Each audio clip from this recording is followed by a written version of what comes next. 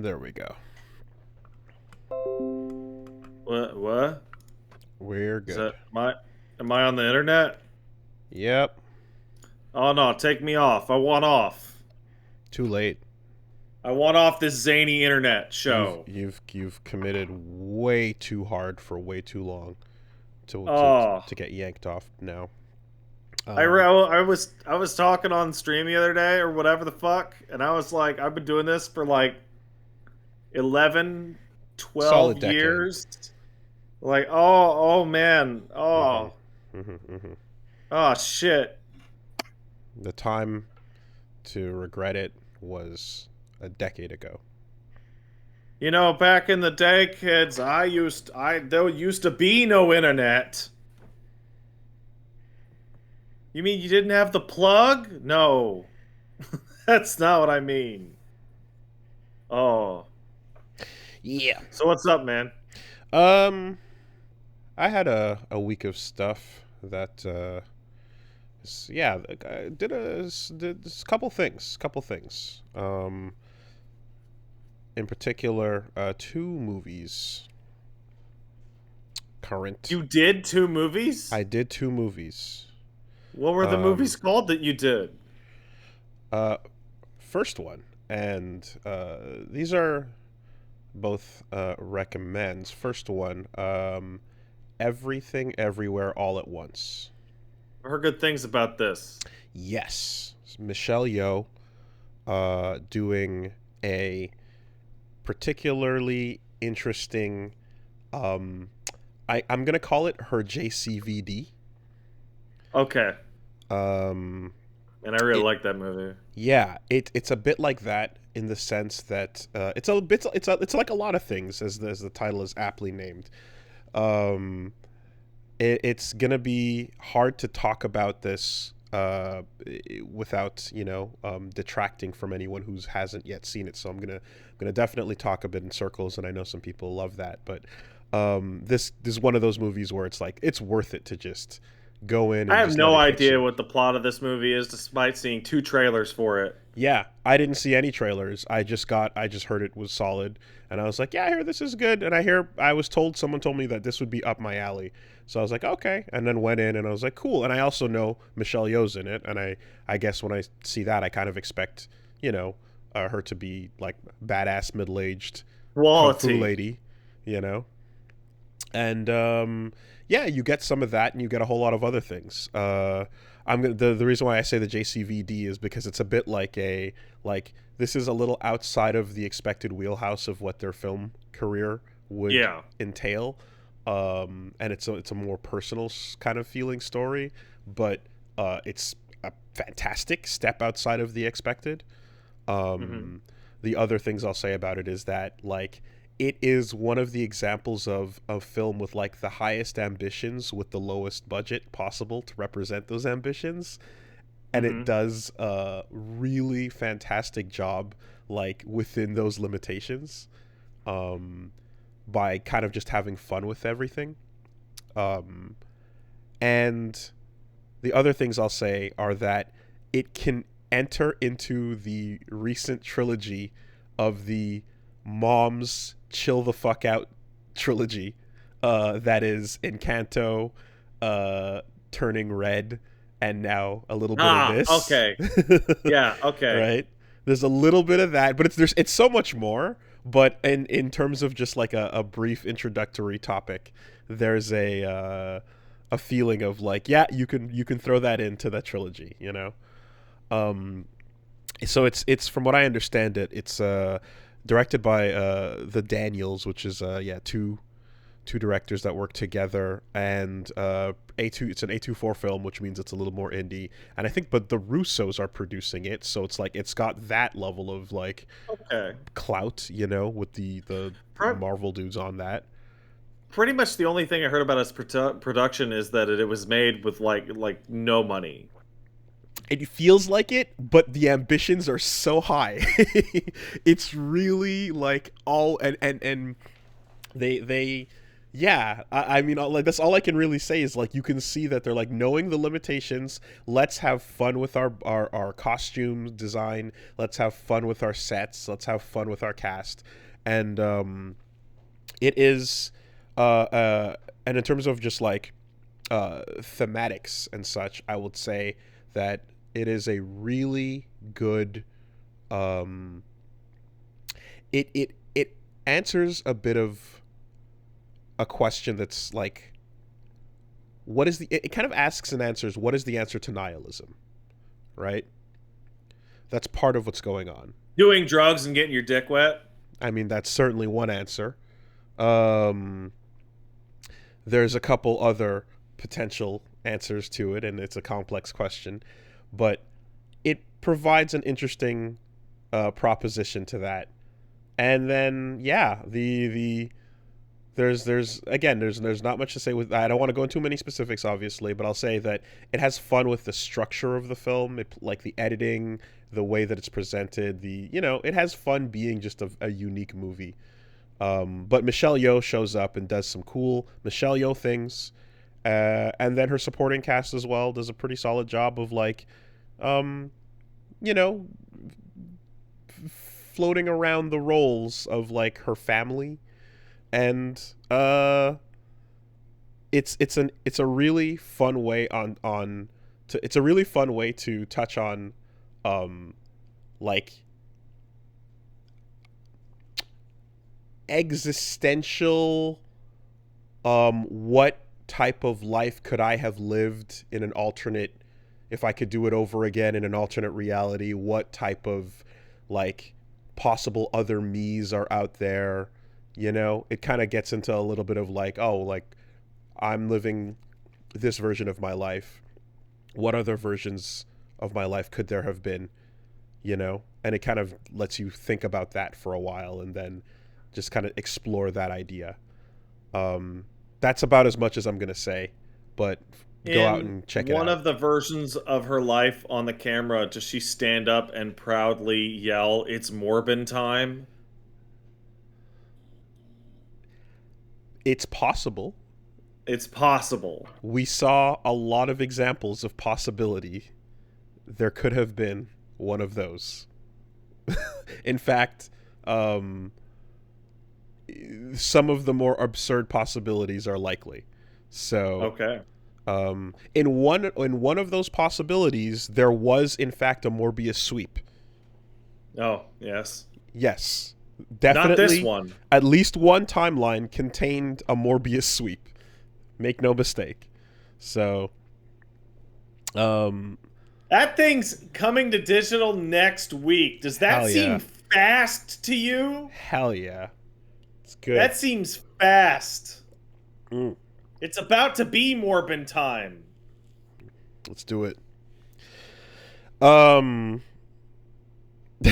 mean, I'm not at this point, like I can't keep up with the sweep evolution. Like it's on the third generation of sweep memes. Oh yeah. And like it's been like half a month. I'm looking down and I'm seeing somebody ask, "Is there a universe with a Morbillionaire?" And I'm like, I don't... That is the fastest meme evolution sequence that's occurred in the last 2 years probably. It's basically just now the MORB. And then just go nuts. Go nuts with it. Yeah. Well, anyway, yeah. And then the fun thing too, it's interesting because like the title, Everything Everywhere All at Once, originally when I saw that, it made me think of there's a song on the Bo Burnham special Inside called Everything Everywhere All of the Time, and like I got the two confused, so I was like, are you talking about that song? What's and it was but no, definitely not. This is a different thing. And yeah, go see it. That's all I can say. Go see it. And if you have a desire for some whimsy, you're gonna be in for some whimsy. I like some whimsy in my movies. I don't know if you do, but I enjoy it. It depends. I could go for some whimsy, but usually whimsy just comes off annoying. It's a Mm-hmm. fine line to me. Mm-hmm. I feel like I had to like you have to buy into to the premise of the movie when it starts moving, Well, yeah. and like there was a while where I'm like okay, and then there's a build up, and then there's a couple of scenes where it cashes in and you're like okay, I'm buying into the whimsy, you know. um there's a scene that like goes on for like a couple of minutes with no dialogue in it, and it's wonderful. Okay. So you stuff like that where you're like, no, no, no, we're gonna commit to something really strange here on film, and if you're in it, you're in it. If you're down, you're down, and hopefully by that point you would be. So, yeah, yeah, be sure to check that out and go in cold. I'll say it's enjoyable cold. Uh, So, luckily enough, this is like kind of an indie movie that I can already feel is doomed to people going, "Wow, that movie's great," and people going, "What movie is that?" mm-hmm, mm-hmm, So like lucky for me, but in the past, since movie theaters have decided the pandemic is over, even though it's not really, mm-hmm. but like digital, like day and day digital is just not happening. Yes. I have gotten to experience for the first time in my life what it is like being somebody who waits for the movie I really want to see to come out of theaters and hit home movies. Mm-hmm. And it has been such an absolutely miserable fucking experience Mm-hmm. that I'm probably not going to watch a shit ton of movies I otherwise would have, From now on, because right? using social media at all Mm-hmm.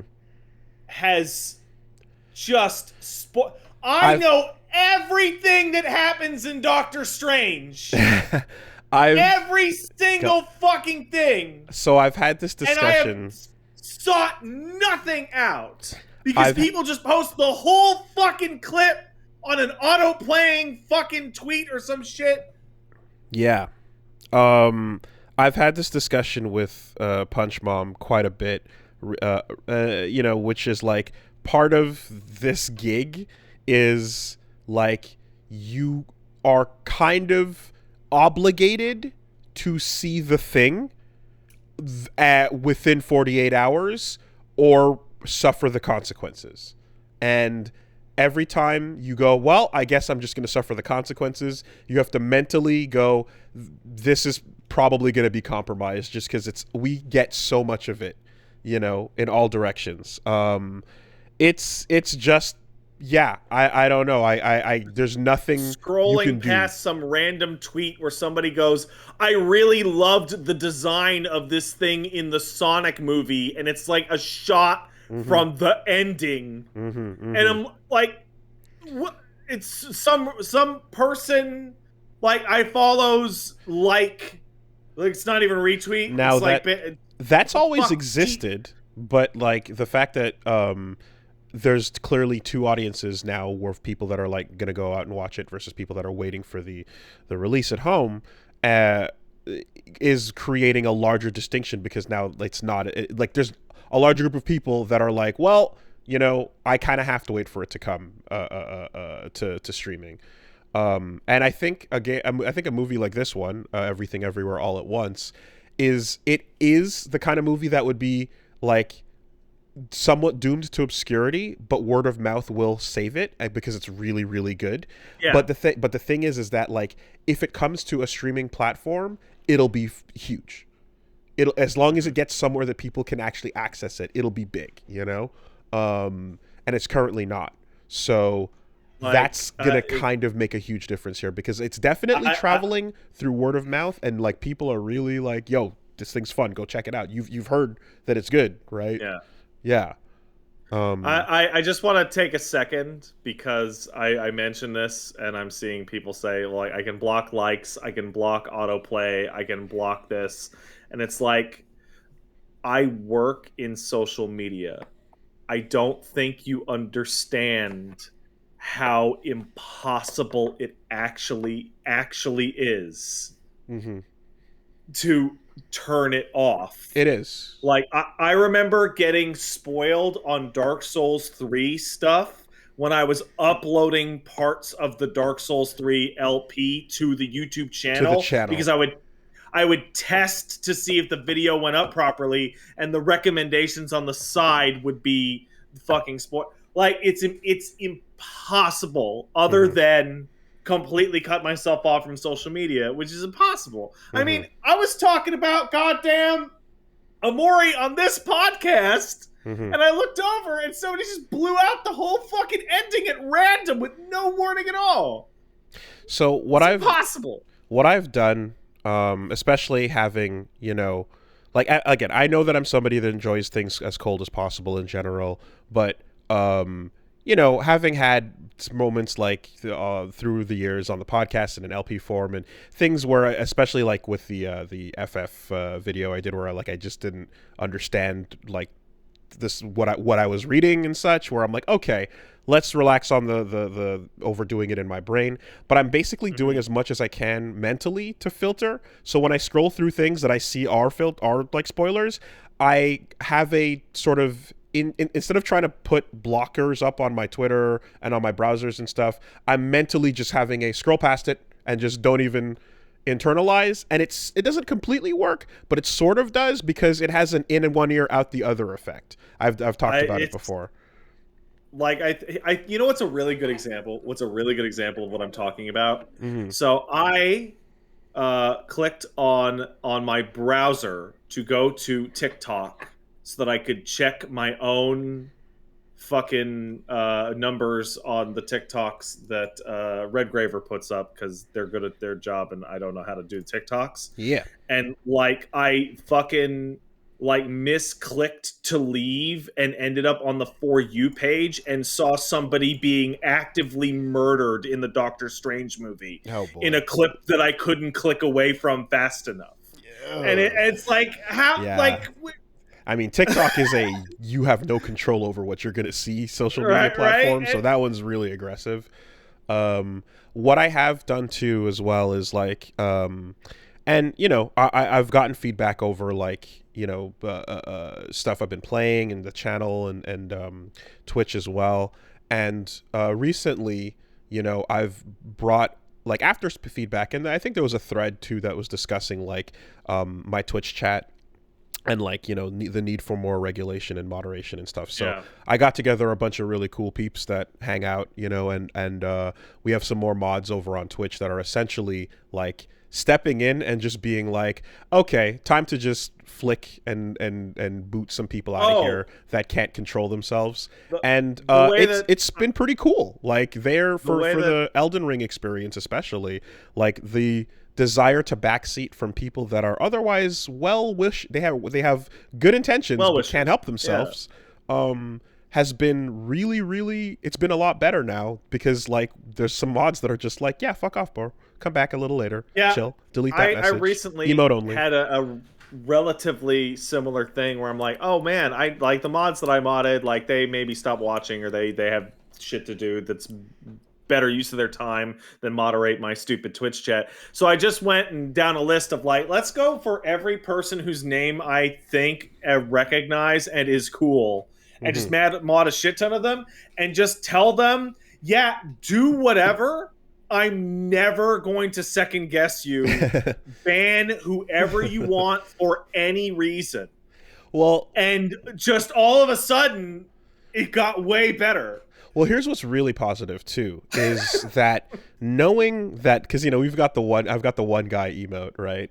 And knowing that like the solid 99% of the audience there are just like, they get it, right, and they're being chill, like when those moments happen where like let's say someone just fucking loses it and then or like two people lose it and then like Dash just throws everything into emote mode and says fuck it, we're putting the wall up, right?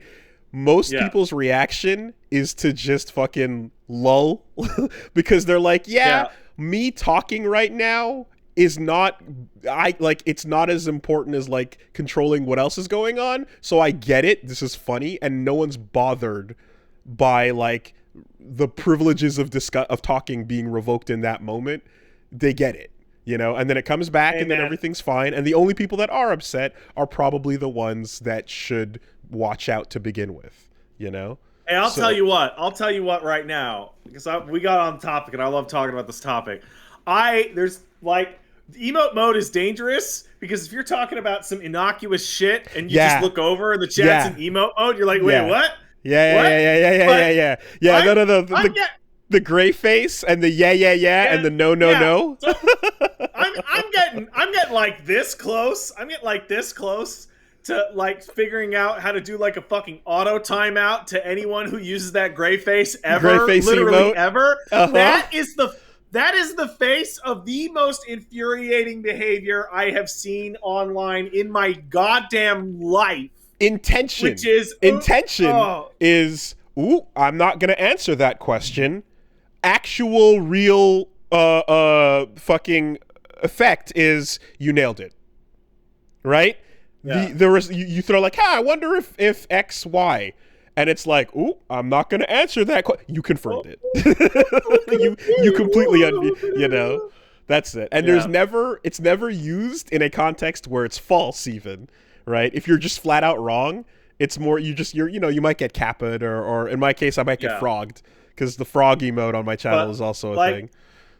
It has become impossible. So like I opened up Chrome on my phone just now to use my web browser. And the Discover tab at the bottom says, Elden Ring legend Let Me Solo Her will live stream their 1000th victory tomorrow, and it has the name of a boss in Elden Ring in it. Now, occasionally it will say, this actor was really excited to play this character in this movie. Here's their interview, or some shit.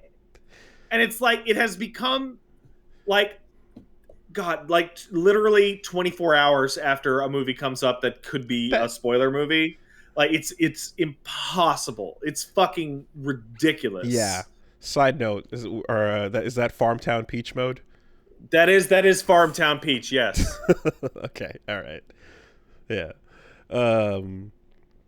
Very notable. The Oh, dude, I turned on Chrome the other day and it was like, check out Deku's new power. And it was like a fucking photo of it. Yeah. Like, what the why? Why is my internet doing that to me? So all I can say is just like, no filter will be better than my own mental one. I just can't trust any of them. I just have to, put it up there. And like it also like it by not even putting it out into the world, it's like, because that's the other thing too, is like sometimes you can just invite an asshole to be like, I'm gonna ruin your day, but that happens very very very very infrequently. I have found, like, I have talked about stuff and I've gotten closer to the spoiler stuff when I talk, and some people feel that I've spoiled things for them, and I'm sorry for that. I'm doing my best out here.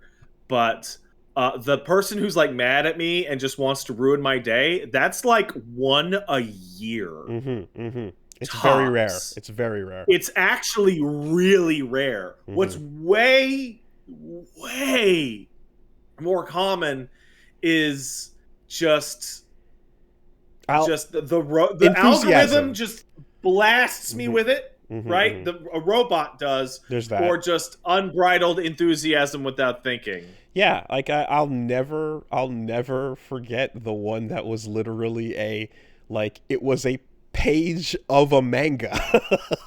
Have you seen the latest thing? Oh my god. And it was the page of the manga. Oh, yeah, I remember that. It was like, wow, that one was nuts, you know? But anyway, so I'm just going to continue to do the best I can with it, and then mentally do as much work as I can on whatever I hear, and that'll be it. I'm going to try to take the burden, whatever. The burden's on my shoulders to like put as much of a filter mental up as I can, because that's part of what getting this influx in what we do here is going to be. And you can't control your outside factors that much, you know? You know what? There is one part of this that's very interesting to me. I'm very interested in taking a look at the Doctor Strange movie and seeing if I care about it at all as a film without having any of the moments of, oh wow, it's that in it. Because that's every that's part the mark of a that good film. has been completely ruined. Yeah. I somehow think those Marvel movies aren't gonna have as much kick to them without that little surprise element. Let's find out. But on a related note, the second thing was the Batman. Oh yeah, you watched the Batman. When I watched the Batman, yeah, I mean it took I think it was 2 months after theaters there. It's on streaming, and like so yeah, it is out there now. So how is Robert Pattinson as Batman? You know what, man? I liked it, and I thought it worked, and I really still stand by the fact that in an alternate universe, the Batman Beyond movie starring Pattinson and Michael Keaton would be a dream come true. Oh, I can see that. Yeah. You know, I stand by that. But the Batman was good, and there's not as much to say in this context because it's very straightforward. It's interesting in that the Batman movie it reminds me the most of is 1. Because it's just a normal Batman movie. It's long. It's not afraid to be 3 hours. It was like 3. Oh, whew. It's not, you know, and it really just does Gotham a service. It shows you like Gotham as a character is always a thing. In this case, you're getting Chicago again. It's that hopeless fucking like awful, dirty. Like you got homelessness and signs and just the Gotham of the Joker, you know? Because there was a really weird element to like every Gotham. There was like Tim Burton's fucking fantastical zany Gotham, and Joel Schumacher's fucking camp shithole Gotham, and then for the Nolan movies, it was fucking Chicago. It was just literally Chicago with like a haunted house island in the middle of it. But and so in this case, just like how are we gonna do this? Because you know there's the original thread of what Gotham kind of was supposed to be. If you go back to the earlier material, is like pre-Giuliani New York, you know. So how you gonna like what's the deal now? And the deal now is it's take that Gotham from the Joker that you saw and just fast forward it where like you're like, no, not a single moment on these streets feels safe at any point ever. There's no shot at any point in the movie where you're like it feels remotely like there's a crime is not within 10 steps of you. So Chicago again. I mean maybe it's hopeless, you know? It feels hopeless. So they set that up well, and then they also, it's a detective story, as it should be. It sets up all the players. It takes you through, the cops, the mafia, you know what I mean, all that stuff, Falcone, like all the stuff, and you kind of just it sets up a new world and then gives you the time to appreciate all the players in it that you're familiar with in this new context. And I guess I was wondering how much I would be annoyed by another reset, and I wasn't. I wasn't. I just thought it was solid. It worked, I have a way to make the reset a little more palatable for you. In that it was recently the 20th anniversary of Tobey Maguire's Spider-Man. Oh yeah, yeah. Fucking And there was, and it was like the release date that was supposed to be Spider-Man 4 came and went. I think sometime in March. They celebrated that on Twitter a bit. Never forget what was taken from you. But yeah, it does work out, and like, you know, the casting is, yeah, you tilt your head at it and then you're like, it does land, you know. Robert does a good job. Zoe Kravitz is solid. Andy I think Serkis there was like all. Go ahead. Sorry, after you. Sorry. No, Andy Serkis as fucking Alfred is like the weirdest one, you know, but like it comes together. It's like, because you're everything is supposed to be a bit younger, you know, and he yeah, it works out. He's everything more or less is what it should be. And it also kind of like splits down the middle the issue that is like the voice, because that's the silliest thing about the Dark Knight series. Bale's voice aged like dirt, like one movie in. Like by the end of the first Batman Begins, you were like, "Ooh." And it just keeps getting sillier and sillier in contexts where it's supposed to be very serious and emotional.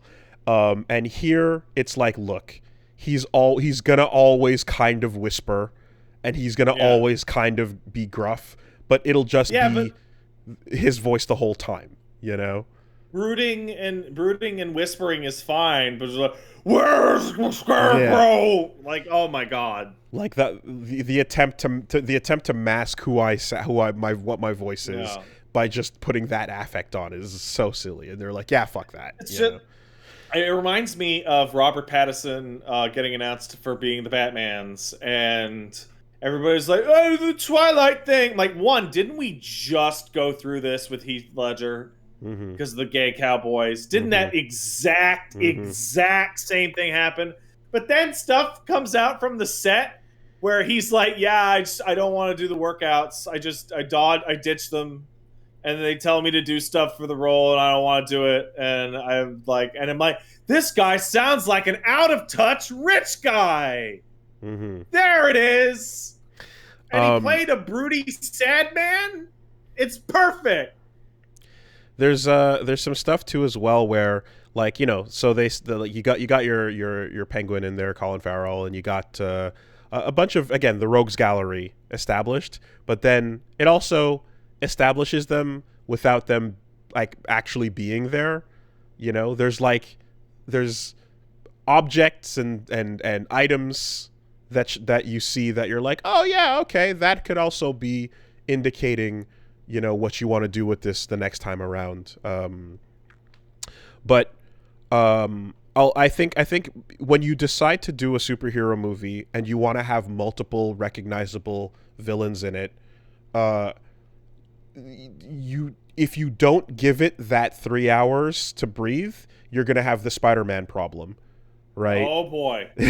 You know, you're gonna have any of these superhero movies where they try to throw in a full-on Rogues Gallery, and they give you like barely an hour and a half, 90 minutes to deal with it. Did you see Far From Home? Yeah. Sorry, No Way Home? Yep. The multiverse Spider-Man? Yep. So, I don't know if I even talked about that. Good movie. I liked it. Yep. But that has a full Sinister Six Rogues Gallery in it, and the only way it works is because they piggybacked off 5 other fucking movies. Exactly. You don't have to build up a single character in that whole movie. They all come pre-done. And if you don't know who they are, then you know that you're missing something beforehand, and you're okay with that, you know? But that's exactly it. Otherwise, you need time for multiple characters to matter. And yeah, the length of this movie gives the Rogues Gallery time, because I mean, again, by the time the credits roll, there's I'm not going to say how many, but there's quite a few that are set up, you know? Yeah, it works. It works. It's again, straightforward, simple. No real fuss or twists or wildness to it. You just kind of get a normal ass Batman does the detectiving kind of movie.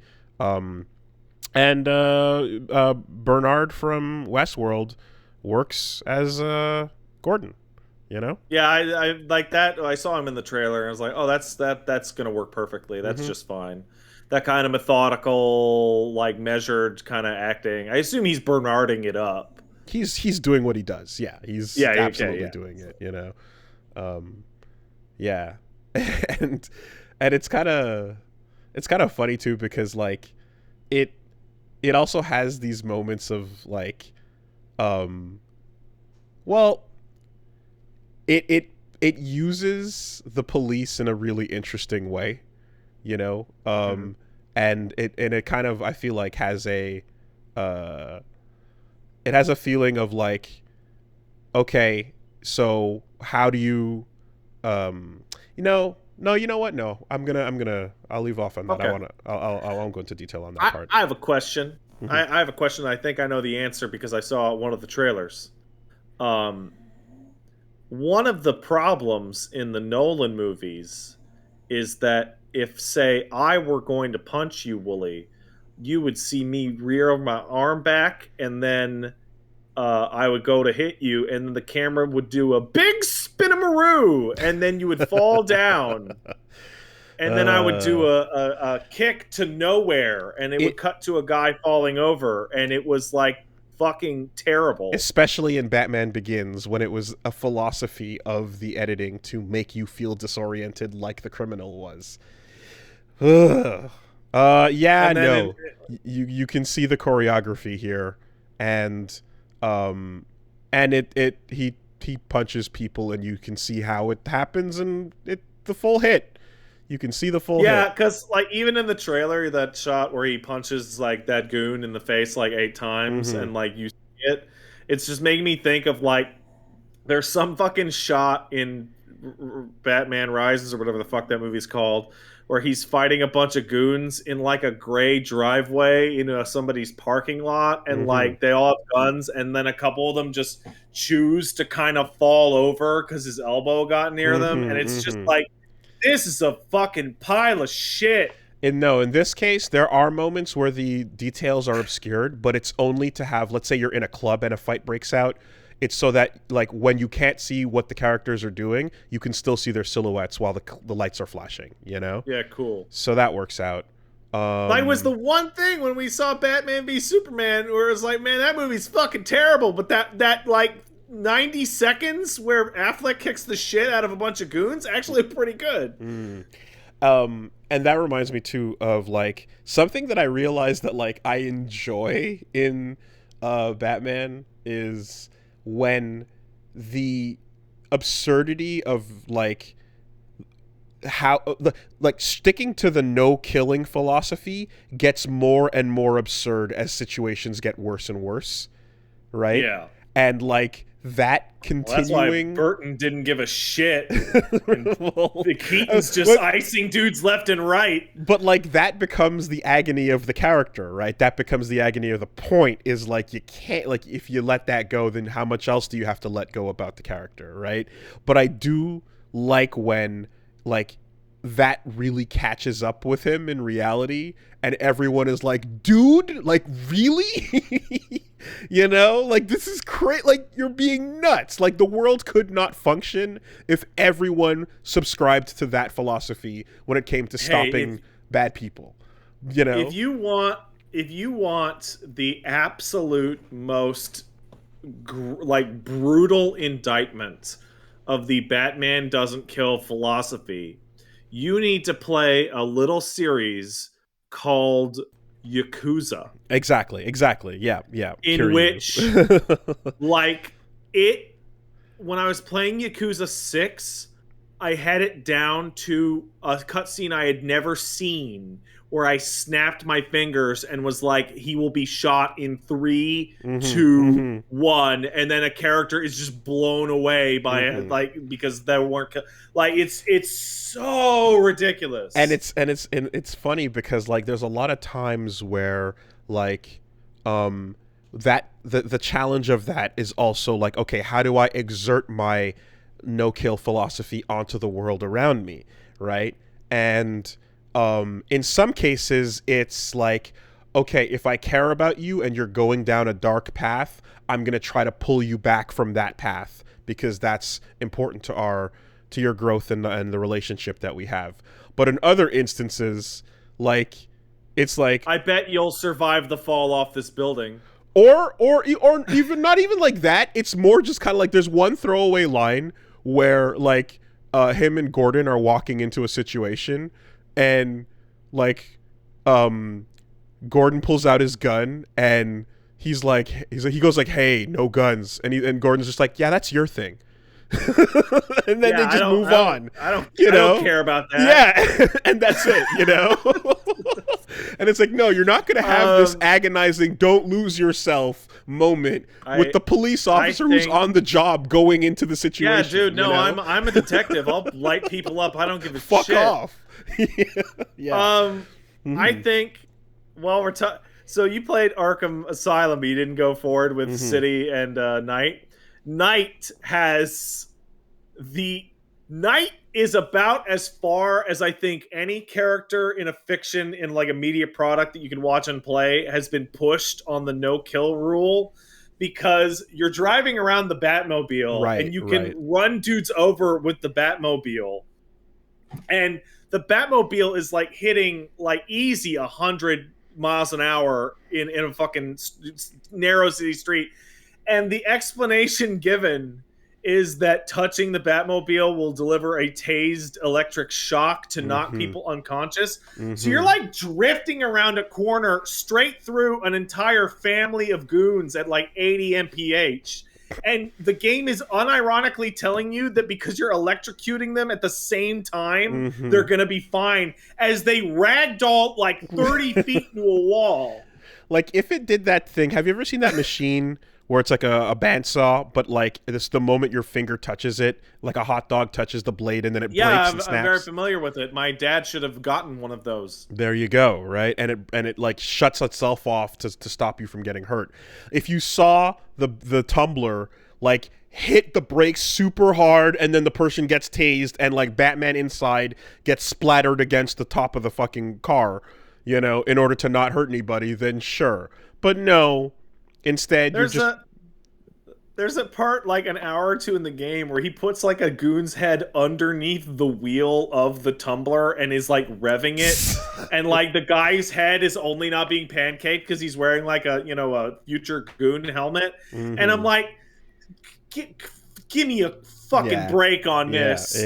Give me an absolute fucking like, come on. Shout outs to Spider stinging a dude off of a fucking skyscraper into the distance, and then he gets webbed and slammed up against the building to his safety. See, Spider-Man did that because Spider-Man doesn't kill people either. He's a nice kid. But like, I webbed up dudes to the side, like 8 floors down on a fucking 80-floor skyscraper. Who's coming to get them? And that was the discussion we had in Miles Morales, was like, unless there is a dedicated anti-web department to come wherever the people are webbed up within the hour and get them down, they might just melt off the web and die if no one comes for them. I actually read there's a commercial for Spider-Man 2 back in the day that basically had a bunch of people doing that. I read a Spider-Man comic from the point of view of some goon who's robbing like a convenience store, and then like Spidey webs him up off like a street lamp upside down, and he's like, "Yeah, I'll be back, or the cops will come and get you." And the dude's there for like 8 hours, and like the webbing is starting to go, and he can't move, and he's gonna fall like 20 feet straight onto his head, and he's fucking terrified. It's like, yeah, no, come on, this is like. How many goons are freed after relieving themselves inside of the webs because they had nowhere else to go. Well, the webs will they'll soak Absorb. up your piss and shit. Absorbent. It's nice about that. Okay, well that's good at least. Yeah, Batman was solid. Is he brooding? He looks brooding. God, he fucking broods. And they make a point to make sure that, like, you know, the image of Bruce Wayne, the businessman, the playboy, always still has a suit and his hair tucked back. And boy, is his hair all up in his face, you know? Yeah, from what I've seen of, like, little pictures in the trailer, like, Bruce Wayne seems like the kind of rich guy that is like I'm wearing a suit, but I haven't washed it. Yeah, and I am rich, but I don't care. His hair is coming down at Sasuke angles. Oh no. While he broods in some cases. And then in other cases, like, you know, it's the type of thing where I feel like the relationship between him and Alfred is, you know, he's like, you can see how much he loves this dude for, like, raising him like a parent. And in this case, he's still in the middle of all that edge. And the love is there, but he does absolutely yell, "You're not my dad," out more than once. He does absolutely, like, when he wants to get to the point where he shows that he cares for him, it takes him a while to get to that point. Like, he's struggling with that relationship, you know. But the brooding is ever fucking present, and he's his second year on the job, right? So you kind of mentioned it just a little bit earlier, and I want to ask you a question. When I see Andy Serkis in a movie, like, every single time, I'm like, oh, weird, it's Andy Serkis. Why is why is it specific? Because he's like, oh, what CG monster are you in charge of? You know, is Man-Bat in this movie? No. Oh, okay, so you're just Andy Serkis then. Okay, sure. It's weird. I don't know how to describe it. Because he's the guy that you call in for the mocap, you know, like that's kind of his thing. But anyway, yeah. So, you know, that's a Man-Bat in the movie? Man-Bat is not in the movie. Okay. There's no Man-Bat. There's no reference to Man-Bat in the movie. When can we get some of the can we get a movie that has, like, some of the Batman villains that are, like, complete fucking freaks again? Can we get, like, a Clayface fucking movie, please? I bet you at some point, once you get through the next couple recognizables, we're eventually going to come back around to... Can we get fucking One Face? I fucking love One Face. One Face is the shittiest. If they keep up the pace of, like, 4 villains per movie, eventually they're gonna need to, you know. The ventriloquist is gonna make his way back in there sooner than you expect. Solomon Grundy's gonna fuck around at some point. You know. Yeah. I don't think we're ever gonna see Solomon Grundy on the silver screen. I don't think that's gonna happen. No. So yeah, Everything Everywhere All at Once. Batman. I should watch the Batman. I like Batman. Mm-hmm. I should watch that other movie too. And then, you know, then the huge. So, Elden Ring continues. What? I am enjoying, and I can proudly say I've got a little bit of a flex I can drop. I don't know if anyone is keeping up here, but I have dropped the shield. I have dropped the summons, and I was able to take on Moog, 2 fists and Bloodhound Step only. Hey, congrats. With Bloodhound Step feels like a quantum leap over a lot of the other ones, man. That thing is so good. It's the movement, the schmovement is so fun. It feels like a button where you're like, I want this to be a different video game, please. So, like, I went into that and, like, managed to get that down. Just shifting and boxing, staying in, beating him the fuck down, and when it came to the knee heel, just tanking through it with 3 sips. And just no additives or preservatives, just raw fists and footwork, you know? That's good. That's good. That's going to be a good prep for later, because Moog's pretty tough. His weapon is so crazy. It's one of those Blood arcane flame, weapons, man.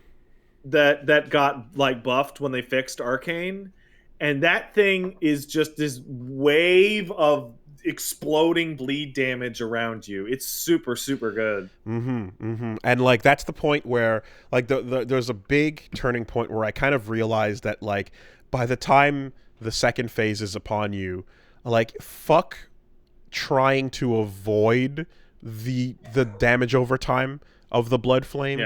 Just outdo the damage. Like do more to him while your feet burn. You know, I think there's an item you can get somewhere that like mitigates that or turn it off, but I don't remember ever getting it. I got later on in that same session. I found a tier that stops his entire tier. It stops his entire blood whatever nihil, you know. And I'm like, who the fuck needs that? we just schmooze through it, baby, you know, like. So yeah, the feeling of that wall, it was really interesting because like you can tell when the game says get the fuck out of here, do not come back for hours, because Moog gets to live in that part of the game after all the enemy values have been spiked by like 80 to 150%. When I fucking beat him and I saw the amount of ruins he gave you. And I'm like, oh, this is not meant to be done now. What is it, like 280K, something like 420. That? 420? Yeah. 420,000. It's insane. I know near the end I was getting bosses that were given like straight up 500,000, and it was like, ooh. Yeah. So I'm like, okay, end game, understood. You know, fine. I did not know where to place him in the, you know, the overall difficulty. I believe that is the 3rd highest soul drop in the game. I believe it. I think there's a 450, and I know there's a 480. Yeah. So that was a lot of fun, and that has convinced me to just be like, okay, fuck this. We're just footwork and fists, you know? I used a tier and I've worked my build around, and I'm still punch maging, but like we're going all in on that jet engine roar, you know. It's too much fun. Okay, with that done, you gotta go down and fucking hang out with Ronnie and do that shit, man. We're dying to talk to you about that. Yeah. That's I'm definitely in the middle of that part as well. I know the next thing I need to do is go meet the boys wherever at the Comet, right? So, but I'm fucking loving this. Okay, that means it just clicked in my head. We never talked about Radahn's fight. Okay. Radahn's fight is the coolest fucking event thing they have ever done. It is a cinematic fucking victory lap that I can't believe they set up a tournament arc feeling to it. But but it's not. But in execution, it's just you and all the warriors do your best as this fucking badass like flies to heaven and back. It's unbelievable. It's like the Normandy landing level put into a Dark Souls game, because the way you have to approach with everybody and the arrows has the best phase transition of anybody in the game. It's so and it's such a heroic feeling of like riding into battle with all the warriors, you know, like, oh yeah, that shit is untouched, man. That's great. Did you summon Patches? I did yeah, that fucker just like Look around. Nope. It's everything about that is so great, and then you read about him, and you're like, oh, why? So first of all, he dies. All the stars in the universe start to move again. Wow! Mm-hmm. This guy was doing The it Star all, Scourge. huh? Yeah. And then you read up, it's like, oh, the only reason this big tough dude learned how to do gravity stuff was because he loved his tiny little horsey. I want to ride it around, and I don't care how dumb the animation looks when I ride it. I want to ride it. Yep. You know, he's like the best. There are giant, magnificent steeds that he could have ridden on, like the moose. But no, I want my goddamn horse, and I will defy the heavens to ride it. My normal horse. What a fucking beast! Yeah. Nah, man, that was like the biggest spectacle I felt. You know. Like, I have to say, because there's the different branches of the family, right? Mm-hmm. The Radigan and Renala side of the family being Ronnie, Radon, and Rykard, that's a bunch of winners. Okay. From that pairing. Okay. Yeah, the R family. Like, Moog sucks. I think Moog is cool, but I don't. You know, he's also a loser. I mean, but the other thing too is like I'm locked in fucking combat with that dude. Like I have a connection to that because the Moog fight and like beating it just with the fists now surpasses my Raimi fight in DS2. The one that nobody ever saw, the one you did afterwards, or the one that we cut down? No, the 2-hour like journey it took, you know, like that has now been surpassed by Moog way too early, right? Yeah. Moog underleveled is a whole different thing without any additives. Like I'll honestly say for what I'm gonna call, because Moog is technically post capital, you just get to go there early. Everything post capital leveling, I think I said this a little bit, it becomes like total stupid nonsense. Like, it doesn't matter. Like you have diminishing returns. So like the difference between like 110 and 150 is like pretty minor because the enemy stats are just juiced to like you wouldn't fucking believe. Like the difference between 60 levels is one swing in either direction. Yeah, so that's gonna, I'm gonna see how well that energy keeps up for the further challenges in the game.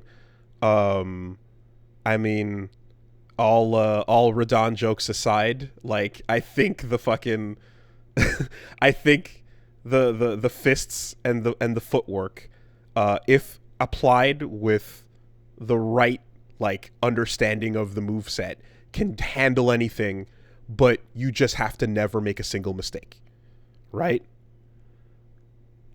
I feel there's at least one place and one boss in your way that will absolutely positively challenge that assumption. Okay.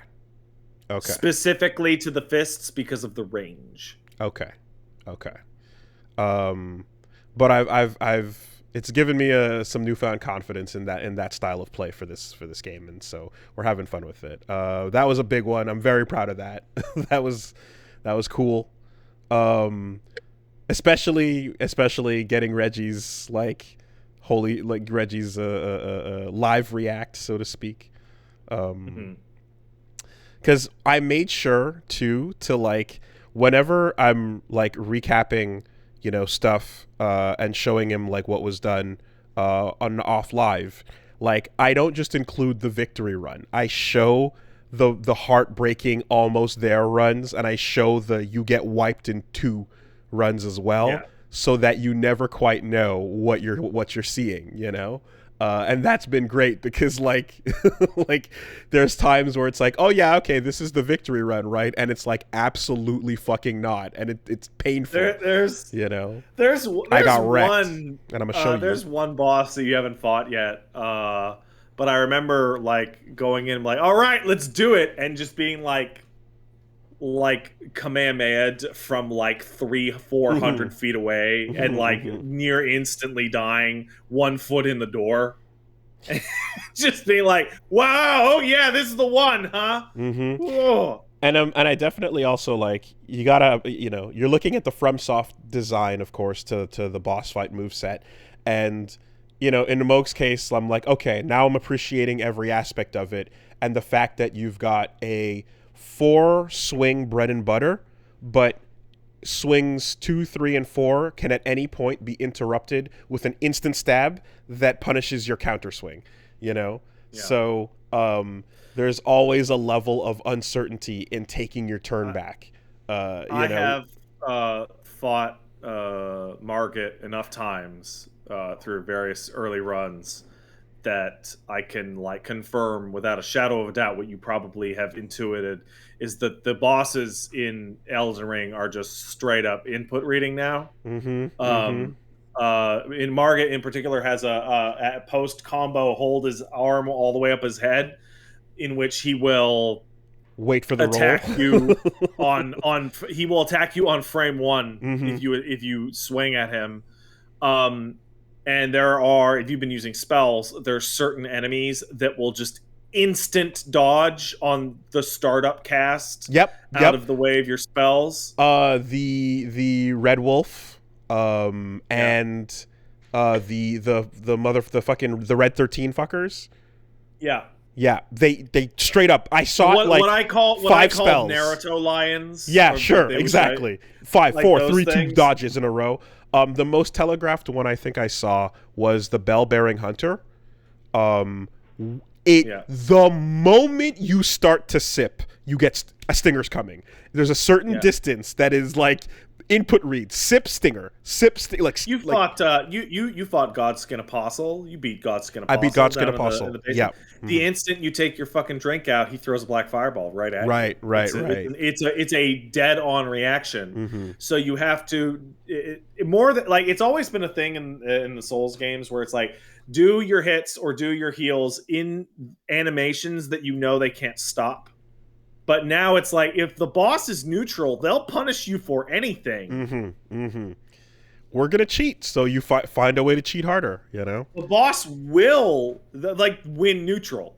The very good Nuchis. Moog's second phase in particular has it has 3 types of air attacks, but 2 of them have no cooldown. So like the moment he drops down in 2 of the dives, he just continues the string, and like anyway, it's there is an interesting caveat to that, again coming from I think Zuli, which is one, anything with a delayed cast completely breaks the AI 100%, because they dodge your casting animation, not the object.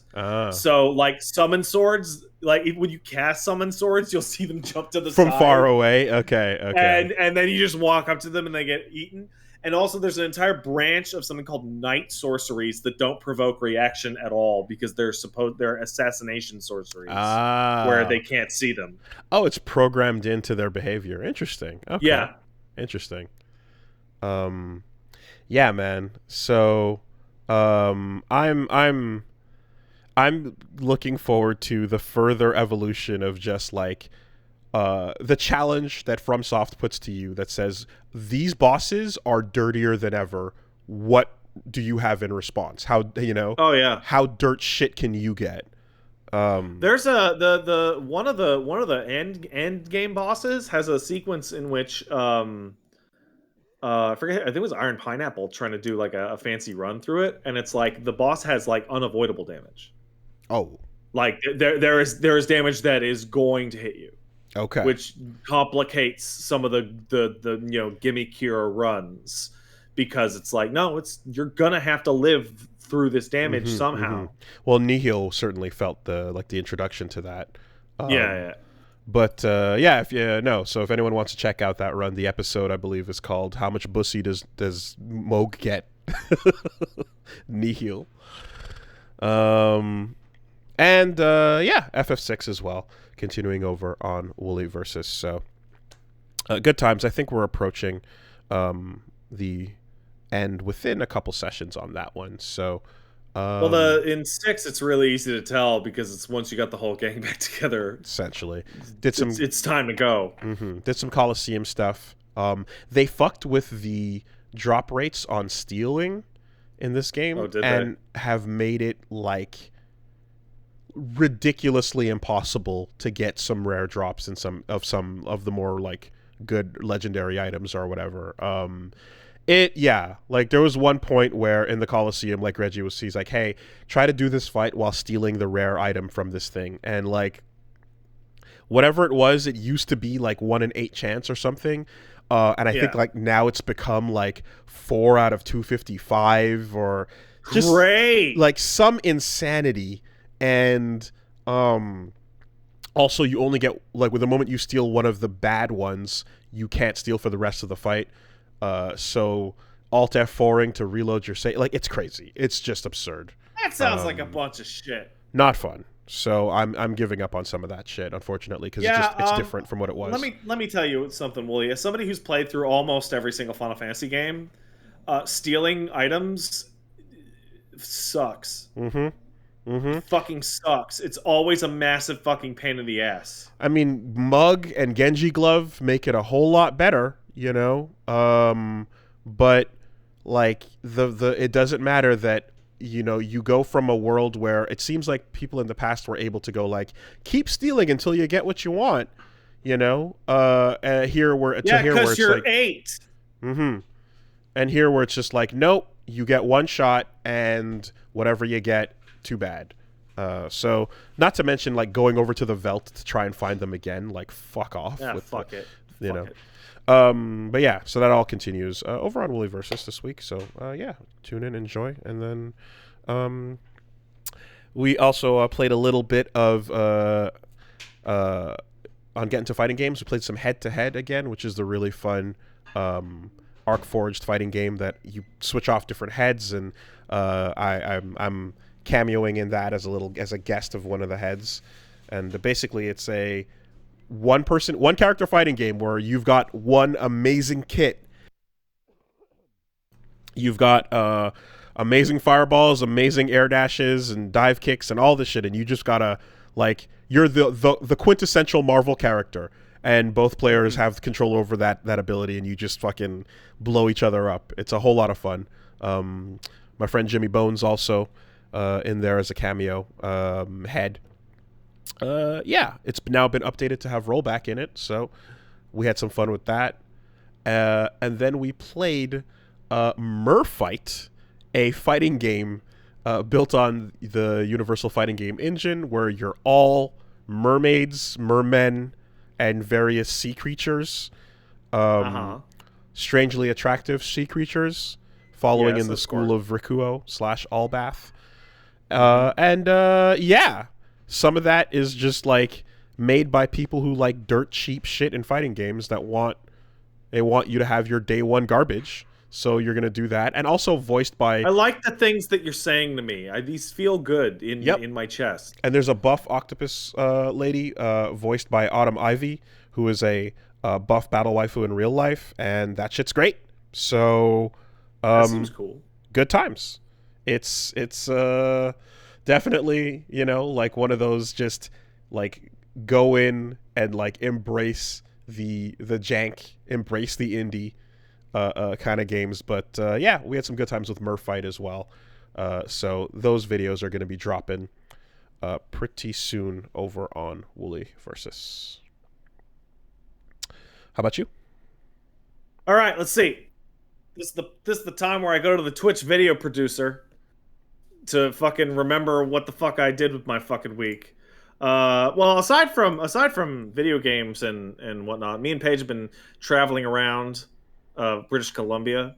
We've been checking out the sites. We've been going from various towns. We were checking out Vancouver Island over the weekend. People in BC are really nice. That is all. Also, man, everything's real pretty and green out here. Like fucking goddamn. Nice place. Cool. I like it here. Got some more road cake. It's good road cake. Do they have apple bread up there? Probably. I haven't had any though. Because I know that a side product from a lot of cideries and apple farms is they have like apple pie, obviously, and then apple bread, which is fucking godlike. I'll tell you what, we do every now and then pass by, like, driving a boot no matter where we are, pretty much. There'll be like a really shitty hand painted sign like on a piece of cardboard that just says cider with an arrow. Yeah. Which is like, yeah. We got some fucking like freshly squeezed apple juice from like a farm. That brown And shit. like it was so sweet that Hell we yeah. had to cut it with water. Hell yeah. Like That it was brown bruised. shit. The real shit Yeah. with the skin in it. Oh yeah. So good. Yeah. Uh, nice being out here. But regardless of that, let's talk about video game crap. I played Rogue Legacy 2. You already knew about that. We talked about that last week. Hey, Wooly, have you ever heard of the game called Zone of the Enders: The Second Runner? I've heard things about it. I hear it's high-speed robot action. Okay. So do you remember last week when we were talking about Zone of the Enders: The Second Runner, and I was like, God damn it! Yeah. I just decided to stream it again because I hadn't played it in a couple years. Yeah. Man, Yeah. that game just has the best controls. That game's fucking great. That's like I that think game's like just incredible. It's you know, just incredible. like my LP was like 2 years ago or so, and just coming back by modern sensibilities and going, oh fuck yes, like just everything about Jehuti's options from the moment the tutorial tells you what you can do. You know, your default kit is satisfying, and that's such an important thing. So I had not played the remaster, and what I discovered playing the remaster was that the pro control scheme that moves the sub weapon to the right trigger but leaves circle as grab, Mm-hmm. thus allowing you to always have both, makes that game play way better. Like to always have grab. Like damn. The voice acting and story is actually even more intolerable than I remembered. Like parts of the ending, like literally don't make any sense at all.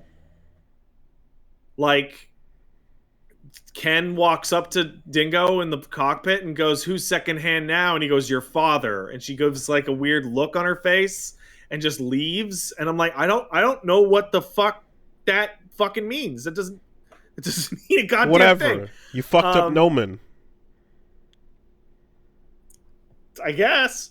But man, yeah, no. And I get to have this moment, particularly streaming it, where you get to the Vestilia battle and you get to go, this was a PS2 game. And people go, wow, that's crazy. That fight's nuts.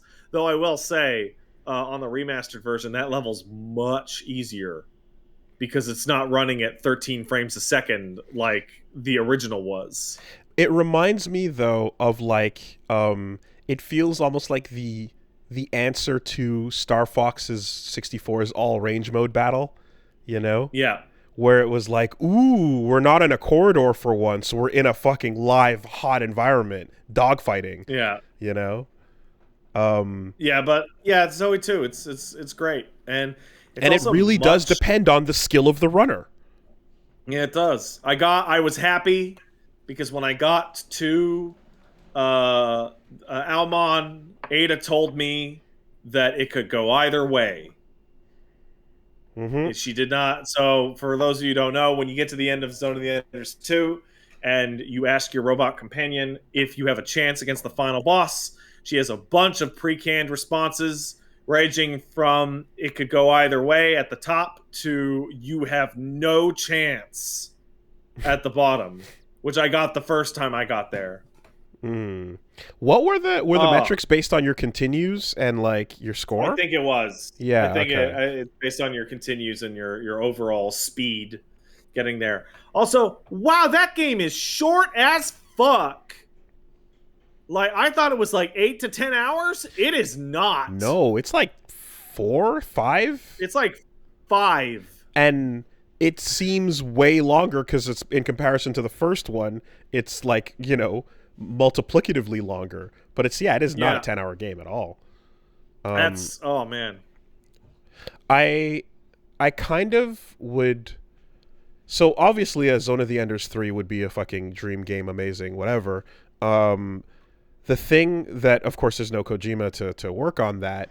But the shit that we also, I think, enjoyed was like seeing the world of Metal Gear slowly become the world of Zoe. Yeah, so this is a detail that I forgot to mention, but basically the logic here is that if you oh god, I remember you and I are the only people who fucking cared about this when we were talking about it. But if you dive stupidly deep enough into the background of all the stupid scientists that are making bullshit in the Metal Gear universe, you find out that the inventor and or discoverer of Metatron and or the orbital frame is the name of a Metal Gear character. I think it's Dr. Madnar. Yes. You also discover that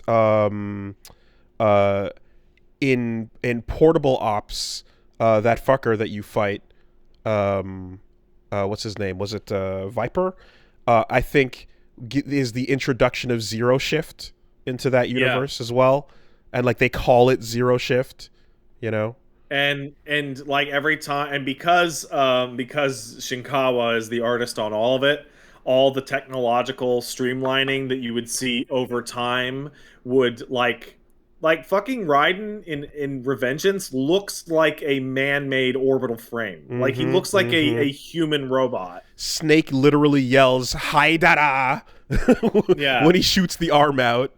And so there was like a 100-year jump that you could have taken where you could go, okay, like Sunny could have helped build an orbital frame. Certainly. Or like a Lev. Yeah. But and we're like, ooh, what if we had an earlier Zoe or a later Metal Gear? Ooh, and like that's gone now. That's that fun little. Well, Revengeance was that dream. Like, yeah, that's the closest you're gonna get, and I think we thought of a midpoint was what we wanted to see, but I mean, Revengeance existing is like the closest we're gonna get to that. So. Oh yeah, and Snatcher was in there. Snatcher was the interim. Snatcher as well, because Raiden's, there was something about the way Raiden's body was built that led to Snatcher. There was Snatcher tech used in some place, I forget where, but also the Mark II, right? Metal Gear showing up in MGS4 again as well brings those together. So there were bridge games, but there was never like the super cyber future robot bridge game, certainly.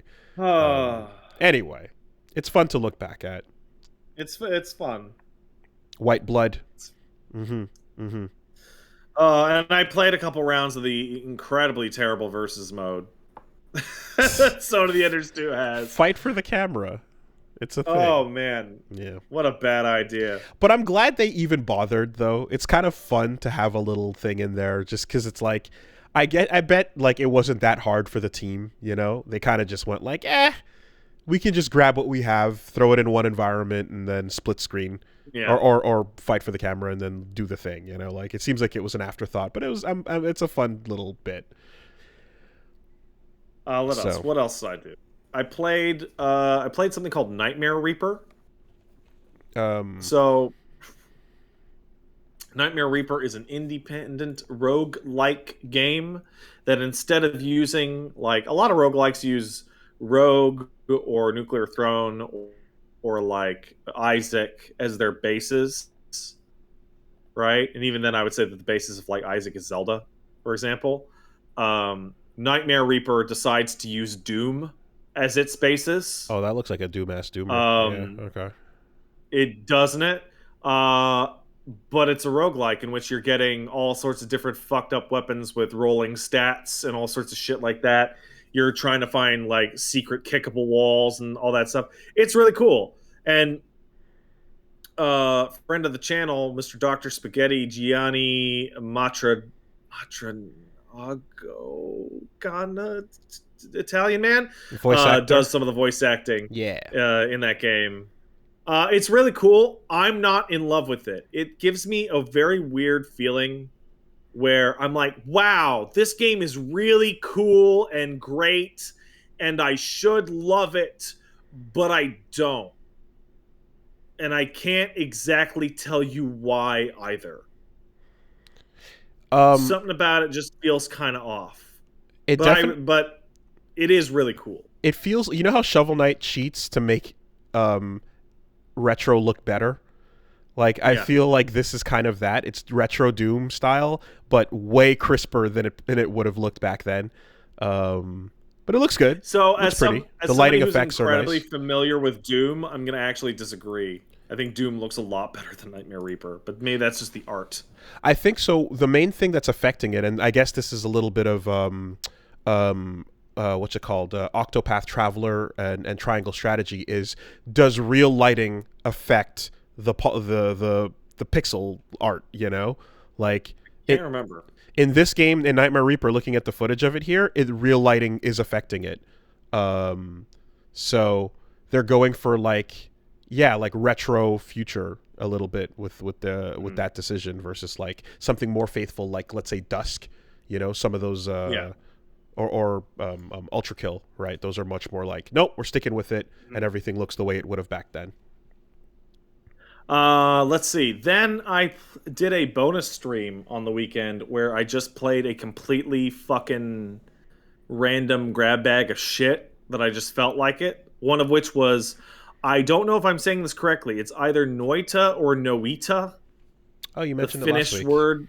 Yeah, the Finnish word for witch. It's a tiny pixel game where you hop around with a wand and cast spells. That is actually a roguelike with a K. There is no permanent upgrade system in that game. It's all brain space and knowledge. And that is a vicious ass roguelike that feels like it's a little easier on you than like Spelunky, but it goes Spelunky and then like Noita and then other games. I see that the tagline is a magical action roguelite set in a world where every pixel is physically simulated. What does that mean? Yeah, so the basic deal is if you look up a single photo of Noita, see it's pixel art, and its pixel art actually fulfills a purpose because every pixel is associated with a material, be it rock, damp rock, wood, damp wood, toxic sludge, oil, fire, water. Oh shit! Like the floor is worms. Types of potions, right? And it has physical reactions in between all of those elements. Okay. So I got caught in some toxic sludge and then was able to burn the toxic sludge off myself with fire, but then couldn't put the fire out. Yeah. Okay. Worms is really what I think of. Yeah. Yeah, it is kind of like roguelike Worms, but like sim-based. Or like I had a polymorph potion that I threw into some water, which then tainted the water with polymorph, or so on and so forth. Interesting. It's really cool. The way that it's the simulation and like the digging through the environment and the different materials interact with is cool. It's also like a cool little like, you know, floaty shooter. It kind of does feel like Worms with a jetpack. Mm-hmm. It has a very complicated spell crafting system. And it's mean. Like, it's like I played it for a couple hours and I think my longest run was like 10 minutes. Again, another game. Wow, really cool. It's one. How do I put this? Willie, have you noticed that there's an entire genre of game on Steam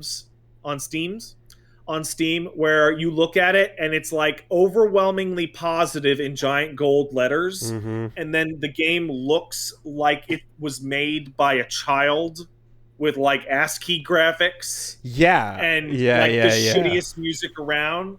Like, I'm not saying that Noita looks like that or that it has bad music. It actually has really good music. Well, you brought up But last like, week Vampire Survivor.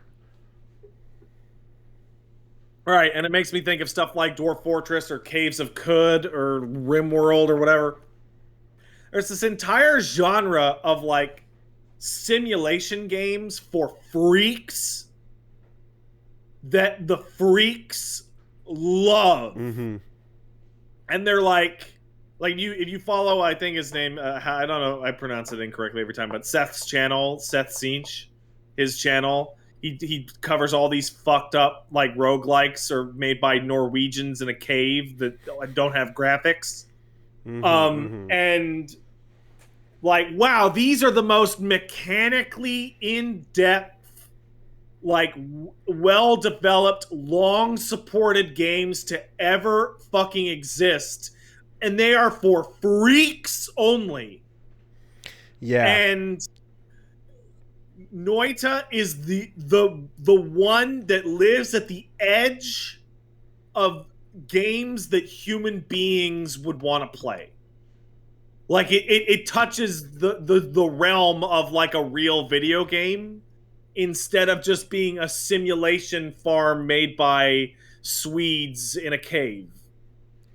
I feel like I hope that gets it across. Yeah, no. I'm sure people in chat can tell me if I'm explaining this well. Well, because basically a lot of games at the beginning, I'm thinking of how like indie games at first, when there was the grand departure from AAA and then III, was you pick like this kind of art style as a choice because we like retro cool things and, you know, yay, Nintendo memories, etc. And then as time went on, it also it now becomes more of just like, this is a budget decision. Like, we're not going retro style. We're not using this style because it's, we're using this style because it's the most affordable way for me to communicate some batshit crazy gameplay idea I have. And we're going to throw that to the wall and see what sticks. And also, anyone who has been, in this corner of the internet loving these games wants to see the most developed version of that genre. It's almost like that discussion about how like Nintendo comes along, creates like a genre like kart racing or platform fighters, and then people go, oh, here's another version of that'd be cool. What if you took that and leveled it up? And then you get a circle of a bunch of those people evolving the genre, and then someone creates the ultimate insane, no one can keep up with this unless you've been a part of this scene for the last 10 years version. I think I can grab a hold of it more specifically because all of these games feel like they've come out of a combination of two influences. One is Dwarf Fortress, which is the ultimate simulation game to simulate anything ever. And the other is Space Station 13.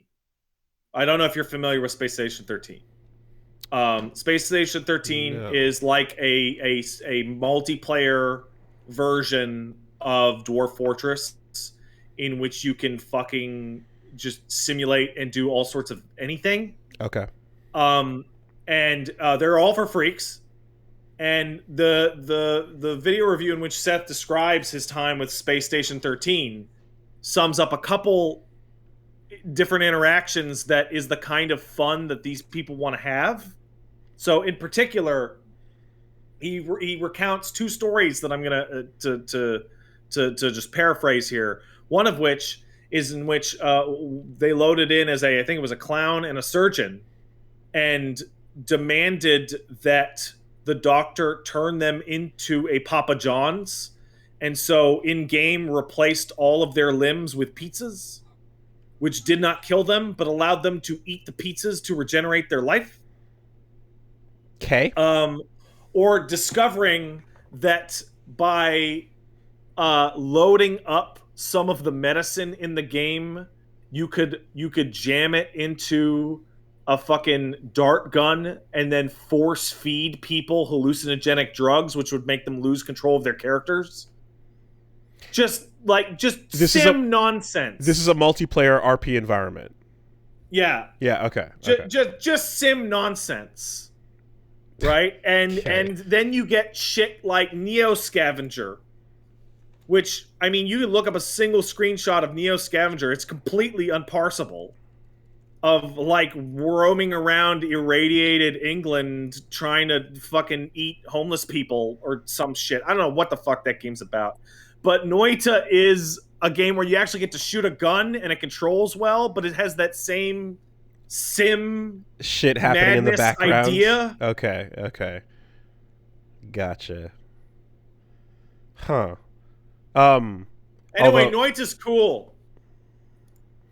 I don't know if I'm going to play RimWorld. That game seems like shit.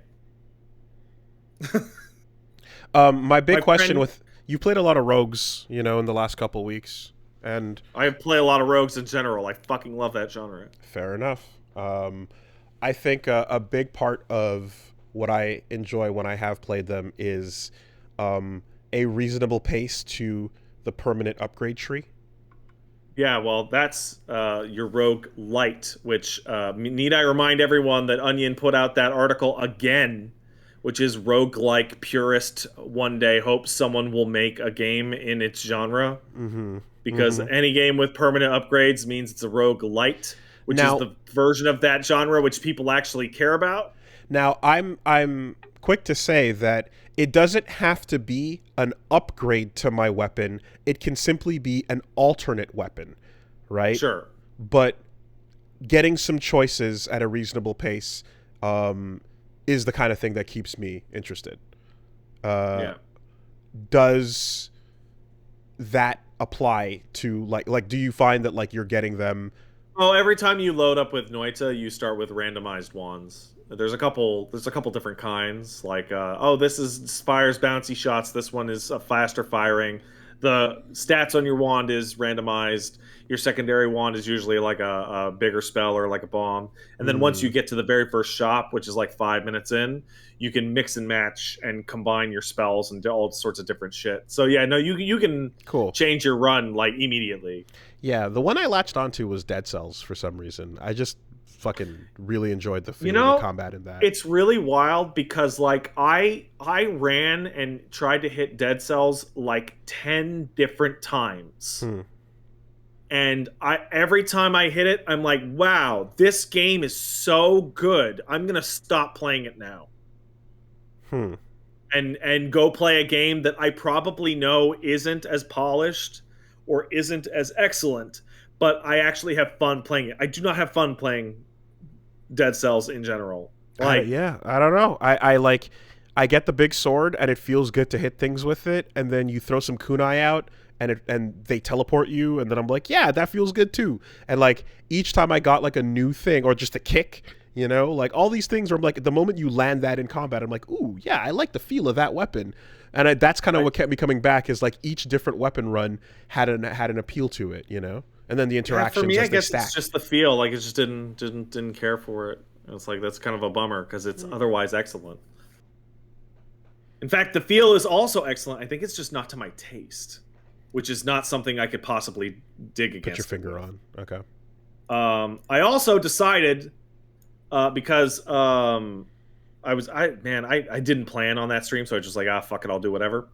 I went in and I finally did it. I took my first step towards being a big VTuber internet star and streamed fucking Bennett Foddy and Getting Over It for a little bit. Or rather, Getting Over It with Bennett Foddy. What a fucking miserable fucking game. What an absolute fucking awful time. Are you not familiar with Getting Over It? I have no idea what I'm looking at here. Okay.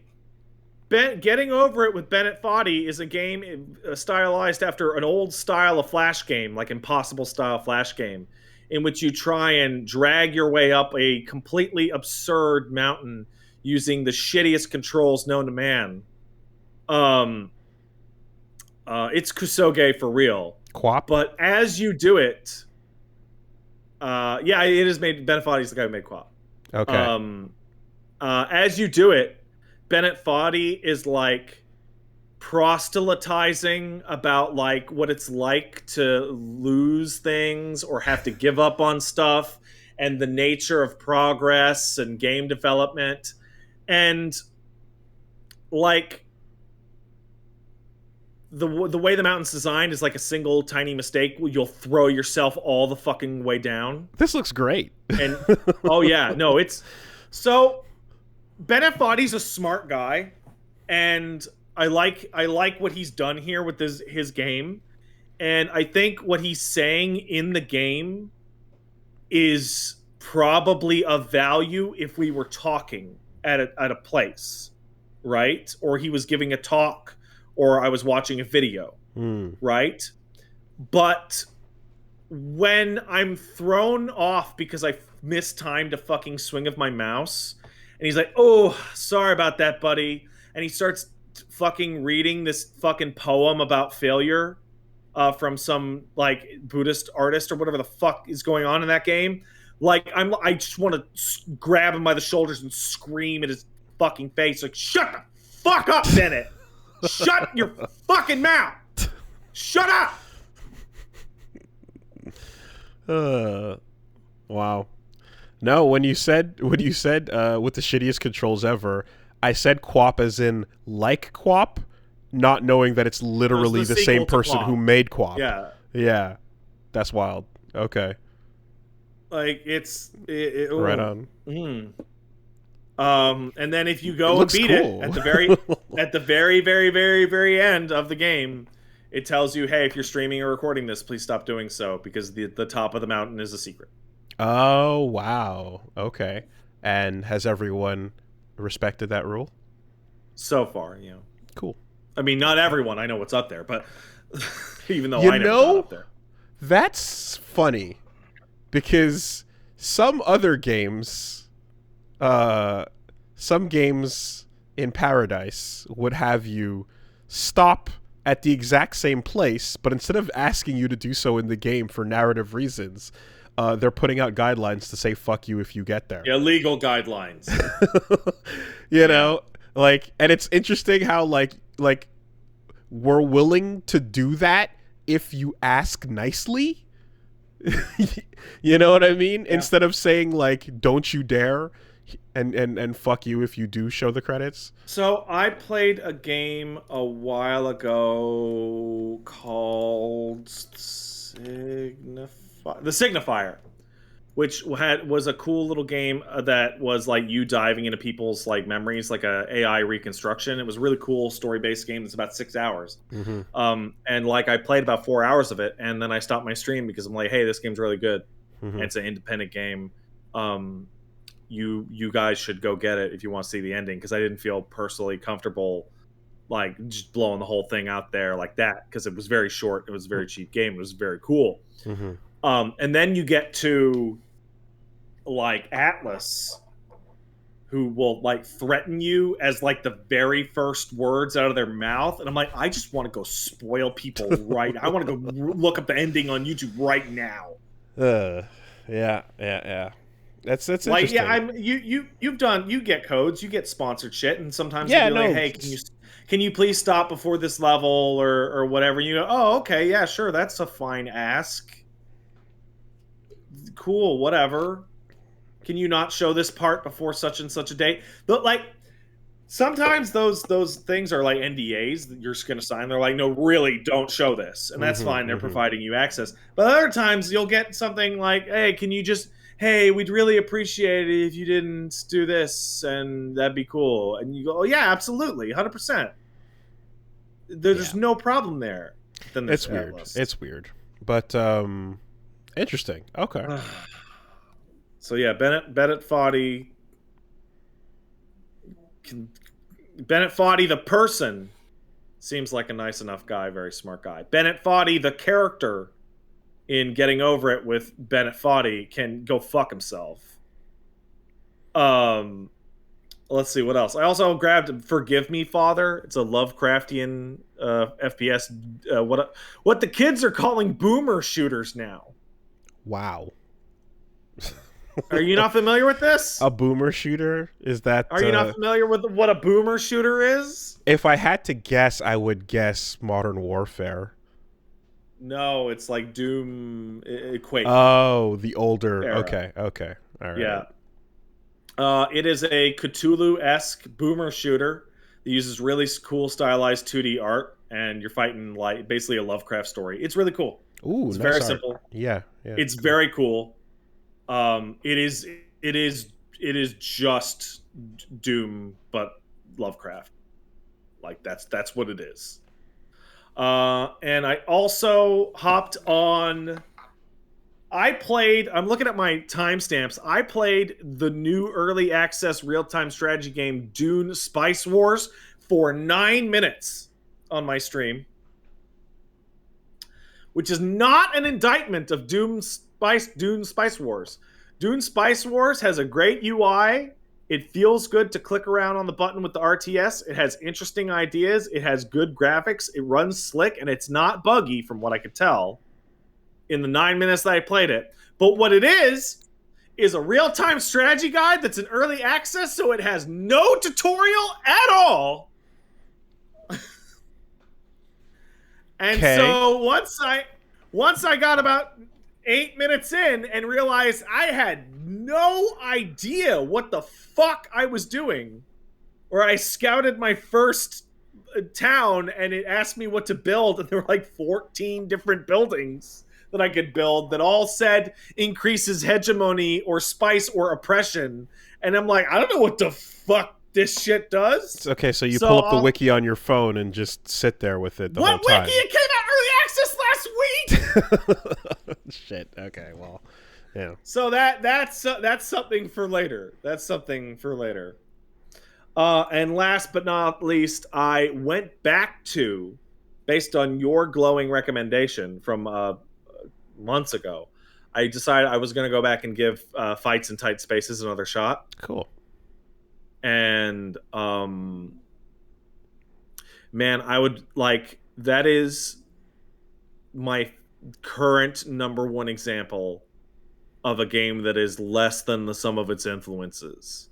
Like, that is super hot, Into the Breach and Slay the Spire pretty clearly, like, on its sleeve. Aesthetic plus gameplay and such, yeah. And I feel like the combination of those ideas is not nearly as interesting as any one of them separately. Oh, I didn't feel so. I enjoyed it quite a bit. Yeah, I just like, cool game, and I would rather play any of its obvious influences prior. So which kind of bummed me out. I spent a good bit on Slay the Spire around the same time, you know, and seeing the influence and such of like playing with the deck and the different builds you can put together. And that shit's awesome. That's really, really fun.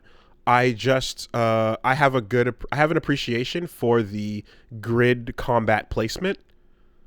Yeah. And I really I love a good grid. Yeah, so I like the aspect where, you know, Slay the Spire is more just like pick the card, play it out, and then plan your next attack. And in this case, you're doing that, but like knocking people and setting them up to get hit by others and creating a chain reaction, or a Rube Goldberg machine, I believe, right? Of like kicking a dude into the boss who then knocks another dude over who falls out the window and breaks the armor on this guy who you can now hit. Like that's really fun. And so I was going back through that in a bunch of different styles and having a good time with it. You know the weirdest takeaway I had from Fights in Tight Spaces was me going, why the fuck isn't Into the Breach on my phone yet? Yeah, seriously. Like that was my takeaway, where I'm like, well, you can play Slay the Spire on your phone. Why did Into the Breach? No, it's why on Switch. Not? It's on Switch. It's just not there. Yeah, seriously. True. Also, Casino Royale. If you like the Casino Royale intro, which I do a lot. Big aesthetics on that. I'm curious. Also, I played more Vampire Survivors. They added a new character. Is there anything specific that rubbed you the wrong way going through, or was it just kind of like overall? For all the games that it was from, the gimmick to that game, be it Into the Breach or Super Hot or Slay the Spire, really hooked me. And like when I look at when I look at fights in tight spaces, I look at, oh, I see the parts, but I don't see the synthesis, right? Okay. When I'm using the cards, I'm like, using these cards is a little less interesting than using the cards in Slay the Spire. And the art is better than Slay the Spire, but it's not as good as Super Hot's. And I find moving around and shooting people in slow time in Super Hot much more fun than anything to do with cards. Did you beat any of the bosses or boss levels? I got about 60%, 70% through the way of a one run, and was like, nah. Okay. Well, I can definitely tell you that like you're going through a move list that consists of like, let's say like half of it is like a lot of Tekken moves, you know, and then the other half are like big, like, you know, Shawn Michaels kicks and action movie stunt moves. And I'm going through like this long process of that I've been doing for like a couple of years now, kind of since I started streaming full time, which is I want to grab these games that I like actively dislike at a distance or don't understand at all, and at least kind of get what people are talking about with them. Right? So Vampire Survivor is a really good example where I was actively dismissive of that game before playing. And Fights in Tight Spaces is the opposite, in which I was like, oh, cool, I like all those things. And just for some reason, it just didn't click. Okay. Yeah, well, it is like you, if you're liking the aesthetic and if you're liking the placement and the Into the Breach stuff and all that, like it does offer you less complexity of the individual parts than the source games. But I think I do think it synthesizes well together, and I feel like when I watch the replay of a particularly clean run where I didn't get touched, it feels good. Like it's the clean replay looks great. Yeah. Because when I hit the replay function, I remember specifically going, okay, we're gonna hit the replay because this is Wooly's favorite feature in these games, is to see the clean run. And I was like genuinely annoyed by its replay function because it's not fast enough. It does pause at the turns. No, I don't want a fucking pause. I want it to play out boom, like boom, it never boom, happened. Boom, boom. Agreed. It would be way better if so. And coming off of that, my brain was like, and I can't remember the name of it. You will, though. When is the robot game with the time shifting coming in? The one that you played the early access version of, where you plan out and can see the future of a tactical robot game? Not Into the Breach? No. 3D game where you're piloting Gundams, and it's a strategy RPG in which you're planning out their Phantom Brigade. When the fuck is Phantom Brigade coming out? Yeah. Still early, I believe. But I knew you'd remember the name of it. Yeah. Though I did play a bunch of that too, actually, because the early access currently it's got a lot of content. Though that plays out. Well, you know, I'm gonna probably take a look at that on the channel at some point too, as well. That plays out in execution. It's fun, but like it also is a bit slow, you know? So there's still no perfect replay the full mission and see a cinematic battle style game that's done this yet. Come on, guys. Come on. Yeah. But I agree. That would look better if it was like, and here we get to just watch a cool fight sequence play out. Bam, bam, bam, bam, bam, you know? Yeah. Well, that was it for me this week. Coming up this next week on twitch.tv/PatStaresAt, I'm going to take a look at Kaiju Wars, which is actually kind of in the same vein as like an Into the Breach. It looks really interesting. I'm going to take a look at the Master difficulty in Sifu. I'll let you know next week. Have you fucked with that? I haven't been back to it yet. I have heard that it is very much harder, which is kind of what I wanted. I'm going to take a look at a game called Nightmare of Decay, which is a very indie game. It looks like a one-person game. It's a first-person shooter that looks like a PS1 game, and it is like 100% like, what if I made my own little Resident Evil 1? like Okay. down to the sound effects. And then on Friday, I'm going to start playing the original BioShock. And with that, I asked people if they wanted to see Batman or BioShock.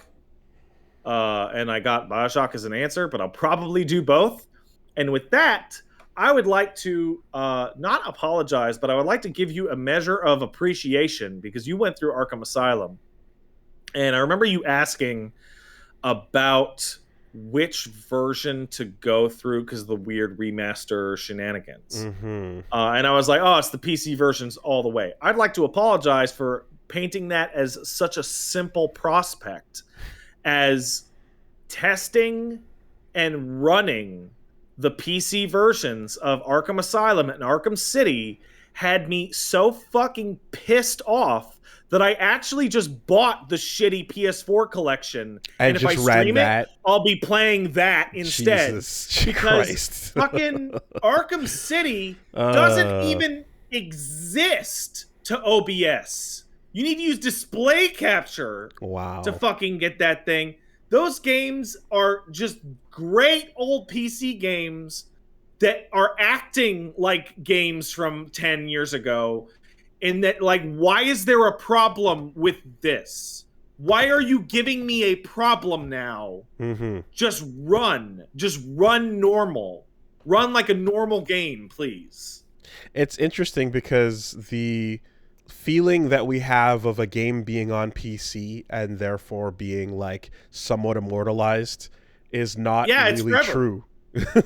You know, I was talking about that last night, and I was talking about, like, okay, good old games came out, and so once this happened, some of these games that stopped going away. But in like 2008 or 9, before the good old games version came out, go play Baldur's Gate. Go get that fucking Windows 95 game running. DOSBox, like with the transfer. It's like, yeah, go figure out how to use DOSBox yourself. Like complete fucking pile of shit. Like old games on Steam, just like I go back to them and you're like, oh great, this doesn't work. Like Fallout 3, somebody just mentioned it, and I was gonna mention it. Fallout 3 is fucked up on PC. Like, the last time I loaded it up, I just loaded up a clean install and had those giant red exclamation points of characters' assets not being there. Christ. What the fuck? We were trying to play Worms Armageddon. And I remember booting that up in, like, compatibility mode, and just, it was dying. It was like, is this a VGA monitor? No? Then what do you want me to do?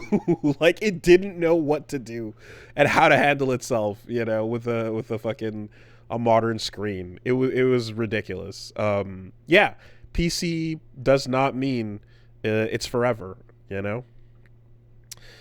Okay. So yeah, I'm interested in going to see BioShock because it's been a goddamn while, and I remember BioShock 1 being like one of the jewels of the 7th gen, like a game that everybody really liked. I know you liked BioShock 2 quite well. And gameplay wise for both games, is kind of what I'm fondly, I've repeated it many times, so everybody kind of knows at this point, but I'm fondly remembering my Big Daddy simulator, you know? Yeah, your wrench run. And that's kind of it. Like, yeah. It makes me, so like playing BioShock is starting something on my channel that I'm like worried about, which is, let's say I stream BioShock and then people are like, do BioShock 2, and I do BioShock 2. And if I do that, then people are going to ask for BioShock Infinite, at which point... No, they might say go play Marathon, actually. No, that if I get to BioShock 2 and you guys say play BioShock 3, will anybody hold it against me if we just play Prey instead? You might get asked to go play System Shock instead. That remake is taking forever. That thing's been in dev for like 5 years. When is that coming out? I'm going to look that up right now. System Shock remake. Pre-purchase it. No date. Well, March 30th article. System Shock remake is nearly finished. I don't believe you. yeah. You can always crack it open and then switch over when it drops. But hey, actually though, for real, if you guys like System Shock and you didn't play Prey, play Prey. Prey is System Shock. It's just System Shock. It's called Prey though. That's it. If you want to see that crap, go to twitch.tv/PatStaresAt. Now I gotta take a piss real bad. Do you also have to take a piss? BRB. Combine it.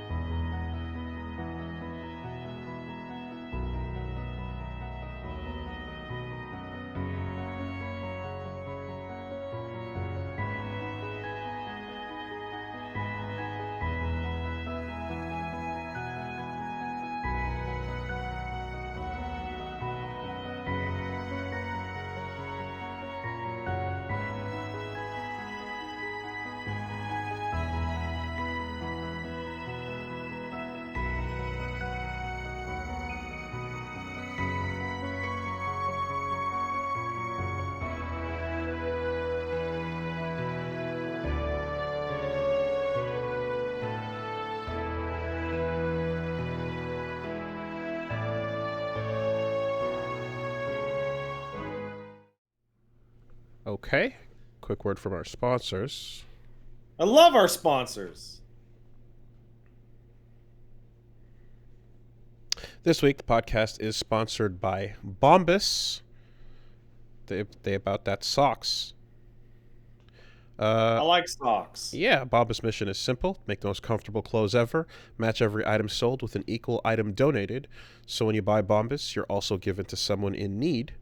And it's not just socks. It's shirts. It's underwear. And all kinds of comfortable underclothing. Is there a word? Underclothing? Undergarments? Undergarments. Undergarments. Garments. Bach, can you alter my garments? You know, I was really hoping for Zuli the Witch just put out a great video about the should there be color editing in Elden Ring on costumes and stuff. And I saw that and I was like, I wanted more choices, but at the same time seeing like the bright neon colors is garish and horrible.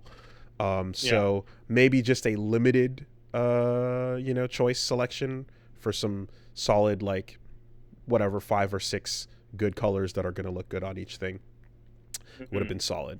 But no need to have Bach alter your garments over here because the socks, shirts, and underwear you get from Bombas are comfy, made of good materials like merino wool, Prima cotton, and cashmere. You don't need to alter that. That's good right away. You don't need it's not socks made of god flesh. It's socks made of cozy cotton and wool. Though they are divine. Haha. Of course. Yes, and keeping in mind that a pair is donated for every one that you buy. So get yourself some good undergarments. Go to bombas.com/superbeast to get 20% off your first purchase. That's bombas.com/superbeast for 20% off. bombas.com/superbeast. Thank you, Bombas. Thanks, Bombas.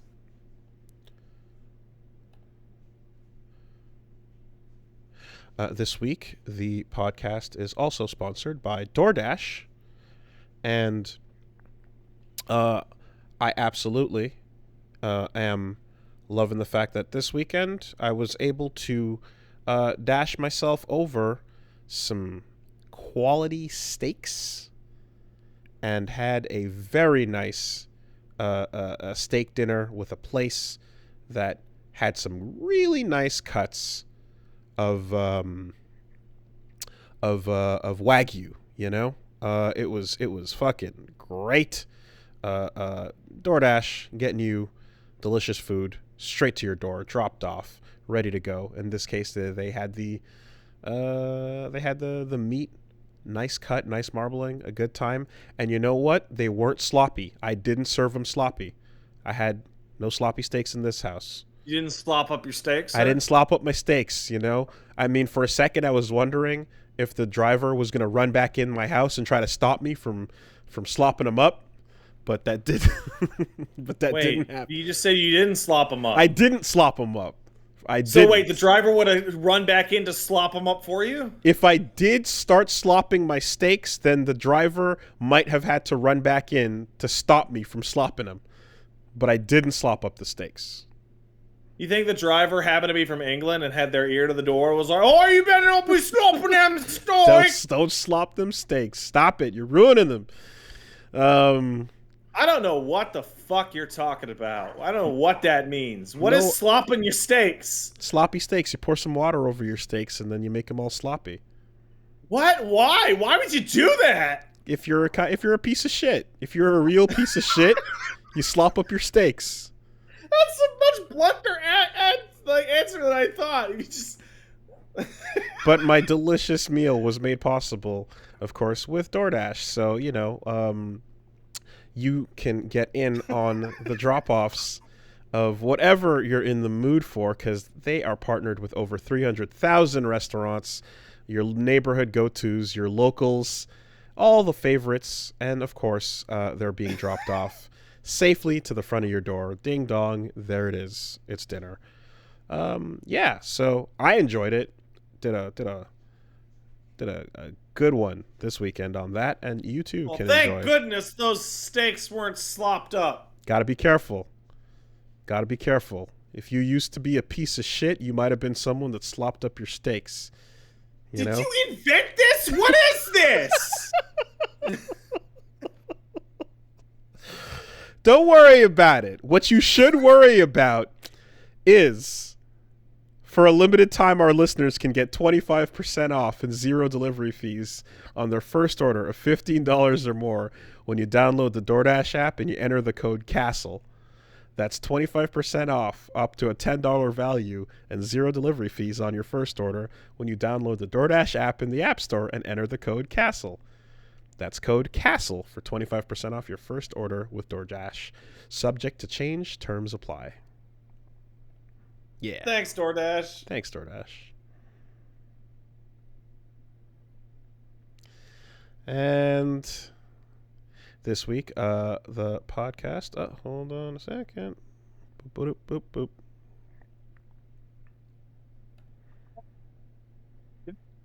This week, the podcast is also brought to you by HelloFresh, who are in the business of not flipping the double deuces to your dog, but delivering farm fresh, pre-proportioned ingredients and seasonal recipes straight to your doorstep.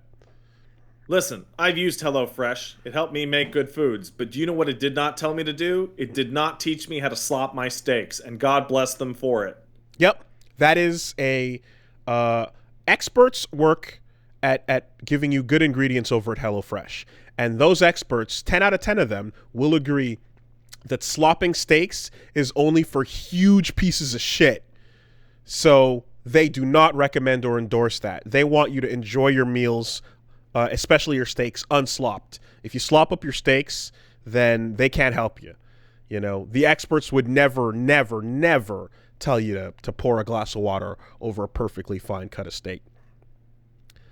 But what they will tell you how to do, such as what I did this week, was I enjoyed some tacos, courtesy of the HelloFresh delivery, as well as some very nice chicken slices that were quite delicious with some pesto.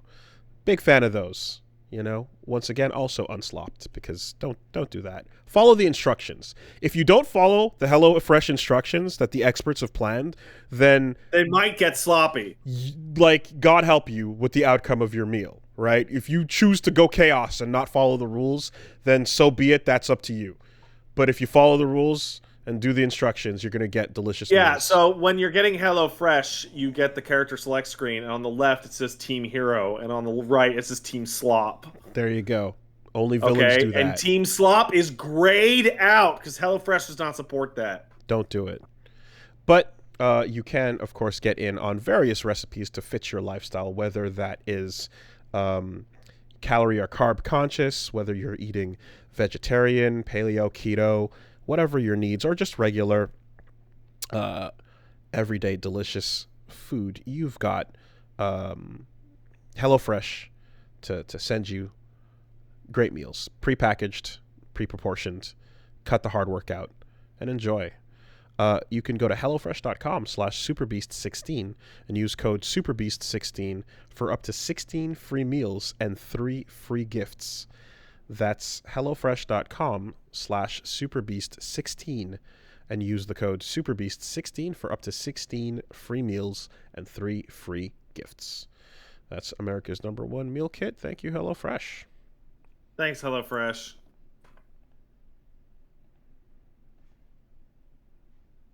Okay.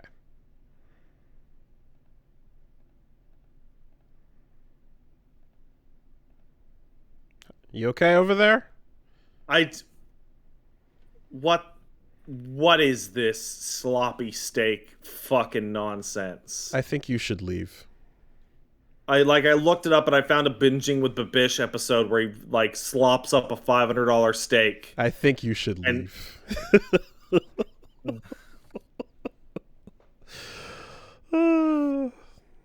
All right, what's going on? What's going on is yesterday was Mother's Day, so I hope everyone called or said to their mom that they love them. And also, big shout outs to former Nintendo America president Reggie Fils-Aimé for waking up on Mother's Day and deciding to enact a form of violence on everyone with what may be my favorite tweet ever, in which he retweeted a piece of art of himself closing his ears to protesters begging for Mother 3. And didn't Clay Reggie throw a fireball at someone who asked him for it? I don't remember. I want to say there was Claymation Reggie in one of the directs where they were doing like Robot Chicken style animation, and someone asked for a Mother 3 and he just shoots a fire flower at them. Oh, it's really funny. It's like, man, he doesn't work there anymore, so he can fucking... Yeah, he doesn't even care. He doesn't give a shit. Can do what he wants, including confirm that it never made it to the West based on business decisions and business needs, and it was not a content decision, is what he had to say.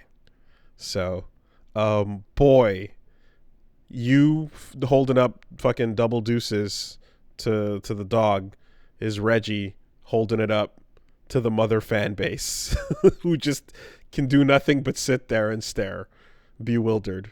And play the completely translated game for free. Somehow. Well, yeah, there you go. If that was 2014... Sure is a shame there's no one way to play Mother 3 in English. Oh, what a crying shame. Yeah. That story has popped up as of 4 hours ago, so it looks pretty current. Of course. Do you have the Overwatch 2 of map course, changes in here? There is. Oh, yeah! There is the absolute, like, must-see new footage of Overwatch 2, which has been making the rounds, you know? It's really important to show off the new features in a sequel to get people hyped up for the new game. And a tweet showing off exactly that has been popping off this week. Yeah, there was Overwatch Nary, I believe, yes, on Twitter, tweeted out the new lighting comparison between the various levels of Overwatch 1 and Overwatch 2, and this video has led to instant, like, parody in the form of, like, just people dragging a Photoshop slider across their favorite screenshots of, you know, two images. There's Daniel and the cooler Daniel. There's quite a good bit of dragging going on. The first one that I saw was somebody just going, Overwatch 2 takes place 6 hours after Overwatch 1, because every single fucking stage is just one time period over. And if it was dusk, now it's night. If it was night, now it's morning. If it's morning, now it's noon. It's like, yeah, Overwatch's new engine, and it just shows you the nighttime in Minecraft turning into day. Like, oh man. I mean, there's nothing wrong with old stages getting a lighting update, certainly, but like when it comes to showing off new features that you're trying to convince people that this is in fact a sequel, there's higher priority things on that list that showing I think they'd like to every see. Stage coming back and then having like a minor color palette switch. Yeah. And also, I think what's way more important than the fact that it looks really lazy is that they all look worse. There's that one where the shine on the gun gets like blinding. Yeah! The one where it goes from day to night, and then the shine on Anna's gun is like the fucking sun. How is that the improvement? That one was weird.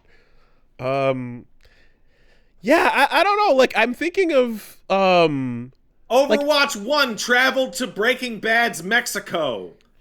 So back in the day, or traffic for that matter, right? Like switching between America blue and Mexico yellow. Um, you would get games like when you're playing. Sometimes you're playing Street Fighter 4 back in the day, and it's like, oh, new version of Street Fighter has launched, and oh, there's new characters, and then you're browsing through the character select screen, and then you hit the stage select. You're like, oh, look, there's a nighttime version of Chun-Li's stage. Oh, that's cool. Cool. And That is cool. It's not a feature list bullet point, but it's a thing you're like, oh, nice, they did some variations of sorts. Nothing wrong with that in and of its own like context. It's just this is one of the few things that seems to be like coming out about the game outside of people not really watching it.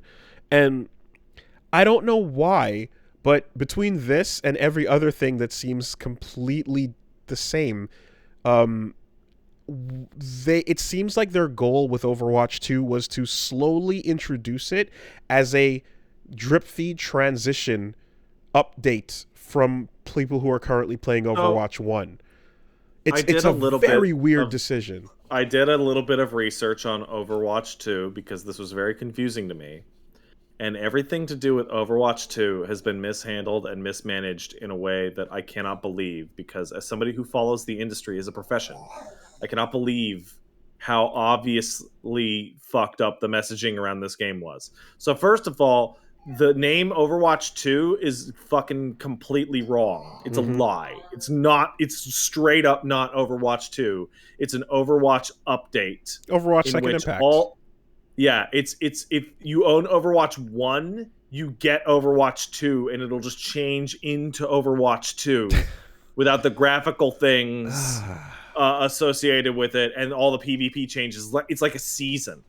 Okay, and they're gonna add the graphic stuff, and they're gonna add a player versus every like a PvE mode, like not single player, but like a co-op mode, and that'll be paid 1.1. Yeah, but like Wooly, you've been playing fucking Elden Ring, as Elden Ring is being given these massive content and balance patches. And they're labeled shit like 1.04, right? Meanwhile, they're trying to tell you that this fucking patch it's Overwatch 2! It's like, so, what the fuck? I mean, we absolutely... it's so weird coming from the world of fighting games where you see, like, oh my god, can you please just get to the next number as, like, the long-lasting problem, you know, that existed in the Street Fighter 2 days of, like, how many content updates are we going to get when we want a sequel here? And now this complete opposite version where it's like, are you just using the 2 as a massive hype generator for an 100%. An update that's not at all a sequel, you know? Are you hoping that like investors and people are just gonna like blow this up when it's just like, okay, model updates and I'm not gonna go too deeply into this, but Stanley Parable has a extended sequence about this exact thing.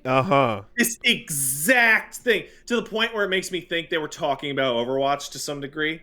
But like, yeah, no, it's a patch number. Like FF14 patches have more fucking shit in them than this, and they just get the fucking expansion number and then the fucking 0.1 or 0.2, 0.3 put after them.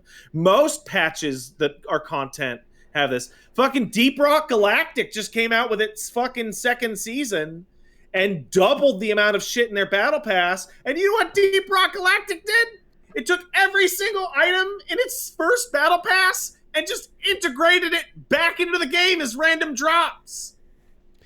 So basically, this is what if No Man's Sky Next called itself No Man's Sky 2. No Man's Sky 2 and 3 and 4. Like, just, it could have been Overwatch Next. But, yeah, this is what it is instead. And it's so weird. It's Blizzard. What a strange decision. So Blizzard is a fucked up company, as we've all discussed ad nauseum. But one of the weirdest things about Blizzard is actually something they share with Square Enix. You and I would make jokes about the CGI battle between the two companies that lasted for many years. But one thing that we now know Blizzard does, and we always knew Square Enix would do, was they would go, "Hey, we got anything? Nope. Announce something." What do you mean announce something? Just say you're making something. Are we going to work on that? No. Can we? Yeah, in like 3 years. Okay, fine. Announce it.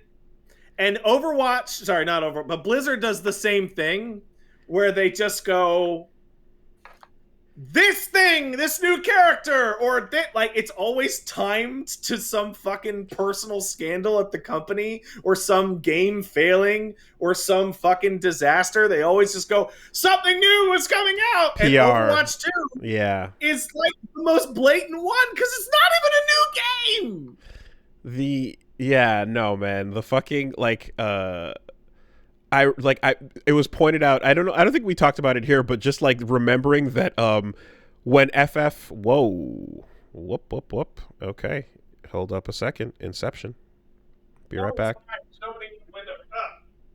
Okay, it just got I just don't want everyone to see my asshole. That's fine, but you got to give a warning on video because then it becomes the multiverse. That's fine. Okay. I just didn't want everyone to see my asshole fall out. Okay. I didn't think it would, but what if it did? What was I saying? So yeah, I was just going to bring up the audacity of announcing 3 Final Fantasy games at the same time. And like the overcompensating for investor hype, that is just like getting people buzzed up over nothing. Yeah, dropping a 2 over a big game seems like that would be the move, and then everything that's come out since. I mean, it immediately like people started questioning it as it was like, here's a little change to the details of, some of the character costumes, and then more updates. Literally every single one of those is worse than their original design. The biggest, most significant thing has been it's 5v5 now. I think that's the most significant change. Yeah. And then PvE is coming, which people were kind of wondering if that was going to drop as an update for the original. I have not heard anything good about the gameplay. They had the beta a little bit a while ago, and people were talking about how tanks are now limited to a single slot, which ends up being way high pressure and like way more miserable. So that's just great. Yeah. So anyway, this is the opposite of the fighting game problem, where you're misusing the gravity of the 2 for nothing, and you can't undo that. I'll say it again. Wait a second. A guy who's in here all the time, Kane, points out the maps were made for 6v6. They're reusing all the same fucking maps? Seems like it. I don't know. They're dropping it to 5v5, but there's got to be some new ones. There's got to be some new ones, but yeah. Sure. Overwatch is the game more than any other that every single time I played it, I had less fun than the last time I played it.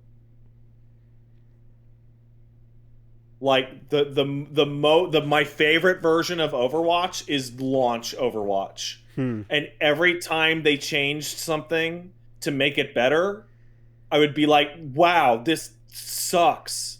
I hate this change. Yeah, I played a Reinhardt, and that's what I enjoyed doing. And then other things came along, I guess. But I wonder if I feel as if they literally just didn't call it 2, a lot of this would have been like, oh, big Overwatch overhaul coming. Okay. Yeah. And that would have been the end of the thought. Like, massive overhaul. Cool. Sure. Literally Overwatch next. Well, Overwatch whatever. I mean, Blizzard's not, they're not diluting a lot of attention from themselves with the Overwatch 2. It's not seeming to working. But luckily, everything else is going just great over at Activision Blizzard, right? Yeah, not quite. I mean, honestly, dude, they're all the same story. That's like, whenever I'm looking over, there is one new one. Okay, because a lot of this, like, industry keeping eyes on it shit has just been, and now the state of blank is now suing X giant AAA company over the fact that their company's full of assholes that Yeah, the are only being new shit to one their this week is employees. You that know. New York City is suing Activision Blizzard, Hmm. specifically Bobby Kotick, saying that because Bobby Kotick was involved in and cleaning up after all these scandals, that he didn't have the right to negotiate the merger. The So merger, they're trying to right? put the kibosh on the Microsoft merger, which would be great if that fucked up. It would be hilarious if it would have been okay to go through if he left, but his refusal to leave now bites them in the ass. That would be interesting, Yeah.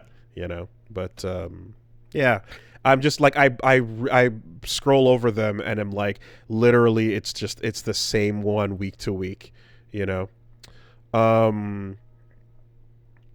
So yeah, there's that. Man, I just want to say something now that we're talking about Overwatch. I briefly mentioned this, I think it might have been on here last week, but it definitely mentioned it on my stream. Like, the state of multiplayer shooters right now is fucking dire. Like, Mm, how everything fucking sucks. I know how bad the Halo stuff has been. How's Valorant doing? I don't know. Okay.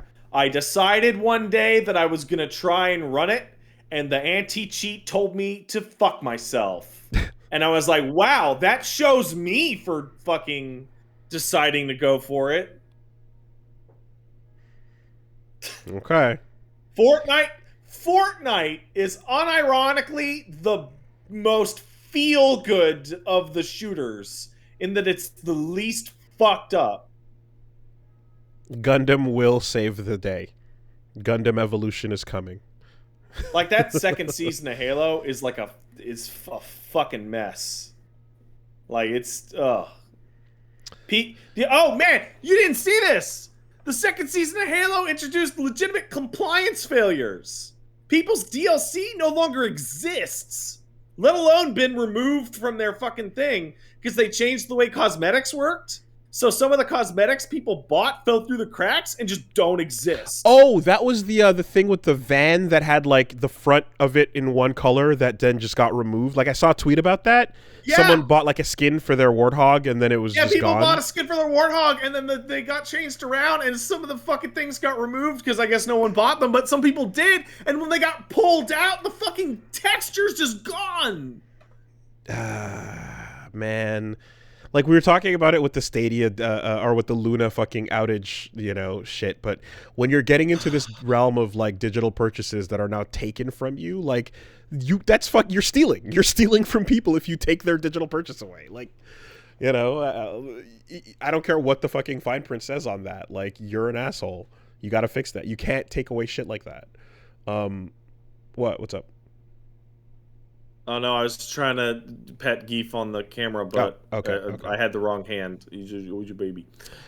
Yeah, so that's going down. Speaking of the state of first-person shooters, if you want to harken back to the good old days, right, of FPS, the quality that we've left behind, well, someone has leaked Duke Nukem Forever.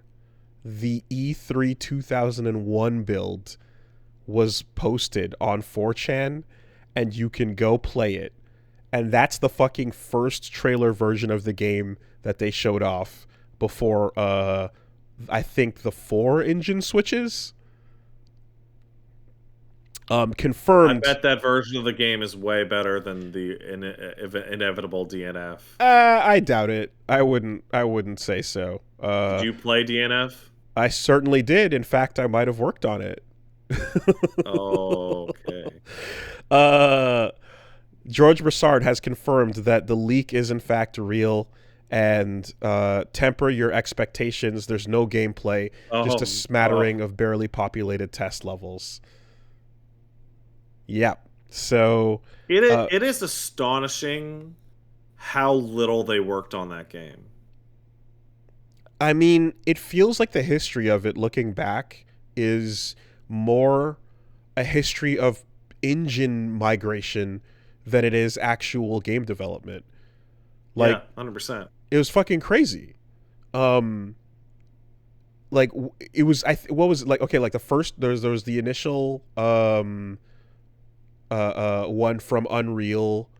No, God, what was it? It was Unreal Engine over to Doom 3 or something. I don't remember. I'd have to look it up. I really would, because I used to know this. Here, Uh, there was Duke a Nukem whole fucking Forever.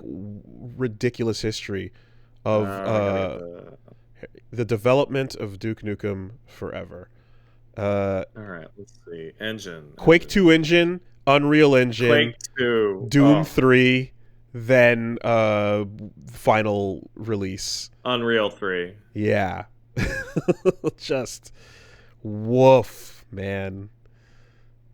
Um anyways, Duke Nukem Forever. If you want to go play that initial trailer where they showed off like the Vegas, strip and like all the initial things, the explosions and the textured faces that were like ahead of their time for the era. You can go grab it. And George Broussard also like no idea who leaked this, but it is in fact it is real. So yeah. The peak era of first person shooters. If you want to see what a game looks like when the devs can't stop playing World of Warcraft, here's a tiny little peek. Now, I know the years don't quite add up, right? But like 2001 to 2004, but still. I still can't believe it just came out like in fucking 2010 or whatever. It's like, what's George Broussard doing? Oh, he hangs out in his office all day and plays WoW. Dude, like the day that project came into the office and they're like, yep, today you're working on what? Just everyone's like, oh, like how? What? It was wild. It was fucking nuts, From man. what I could tell from the final build, there was work to be done. Oh yeah. But it was in a everyone involved in this financially is at their wits end. Just ship it. Just ship it. Just ship it. Anyways, so that dropped, and then if we lived in a world where it got canceled, we might be in a world where people would still be saying, damn, if only we got Duke Nukem Forever, the industry would have been saved, The games that never came out are always the perfect ones, after all. In fact, the team behind FF16 did an interview recently where they confirmed that they were working on an IP that was extremely similar to Bloodborne before Bloodborne was announced. This is such a weird interview. It was they're very strangely candid about stuff that is often secret and behind the scenes. There's a lot of things like this that you just never really see the light of day because you don't want to make your direct comparisons or say that like this product directly led to us canceling what we were working on. But Yoshida and a bunch of fellow team members basically said that they were working on a game that was so similar to Bloodborne before it was announced. That it was similar with its gothic style, though it had a little bit of sci-fi elements introduced as well. When they saw Bloodborne, they were all like, why? It was basically just like, oh God, they got there first. And the specifics was it got canceled before Bloodborne got announced, and then they saw Bloodborne get announced and were like, thank God we weren't going ahead with that. And then they mentioned that, like, yeah, if exactly, we'd be freaking out if they continued development while Bloodborne was dropping. And the interviewer asked, like, how similar was it? And they're like, they have some of the same weapons. The biggest difference was that it was going to have evolve asymmetrical play. So one player would be like a huge, like, strong beast or whatever, and then the others would have to avoid being caught. Yeah. And the other crazy thing about that interview is that Final Fantasy 16 is done. And it will bring back passion anew for the fans. Yeah, sure. When I'm looking at that key art of the main character with like the burning arm and the sword, I'm thinking like I'm strongly reminded of Zwei from Soul Calibur 5. Yeah, I can see that. Well, I don't know why you would ever think of Zwei, but I liked him. He had a wolf stand. He could do horizontals and verticals right after each other. It was fun. Anyway, FF16. Yeah, FF16 is mostly done. It's like content lock. They're just polishing it up and doing the final round of QA on it. Which is like, we still basically see nothing about that game. Yeah. I think this interview was done with the 35th anniversary with Uniqlo, Uniqlo has just rolled out a bunch of FF themed shirts for every game. Funny because like we actually like I was with a friend and like they were like they're doing some shopping to grab some of those shirts, and one of them was just like there's like one for every FF essentially, and like one of them was like the FF7 shirt. And just looking at it, it's like, oh, that's a pretty cool. Oh God's hard spoilers right there on the shirt, and just grabbing Punch Bomb's shoulders and just rotate this way. Just yeah, cool shirts, whatever. Just like doing everything to dive in front of it, But anyways, 16 stuff is coming out. Final stages of development. Story is very well fleshed out. That's about it. I'm curious. Play that. I'm curious if, whenever there's something that's too thematically similar to another thing that is on the way, you always have to wonder. It's like, okay, but can you salvage your ideas for gameplay into something else? The answer will surprise you in Final Fantasy XVI, now with sci-fi elements. I mean, if 15 like was the prototype for what the 7R combat system became, and then this is going to be built off of that, I'm excited for what that combat will look like. It'll probably look like Devil May Cry 5. But how will it feel? Probably like Devil May Cry 5. Because a lot of things look like Devil May Cry 5 these days, but yeah, fair, fine. Yeah. Sure.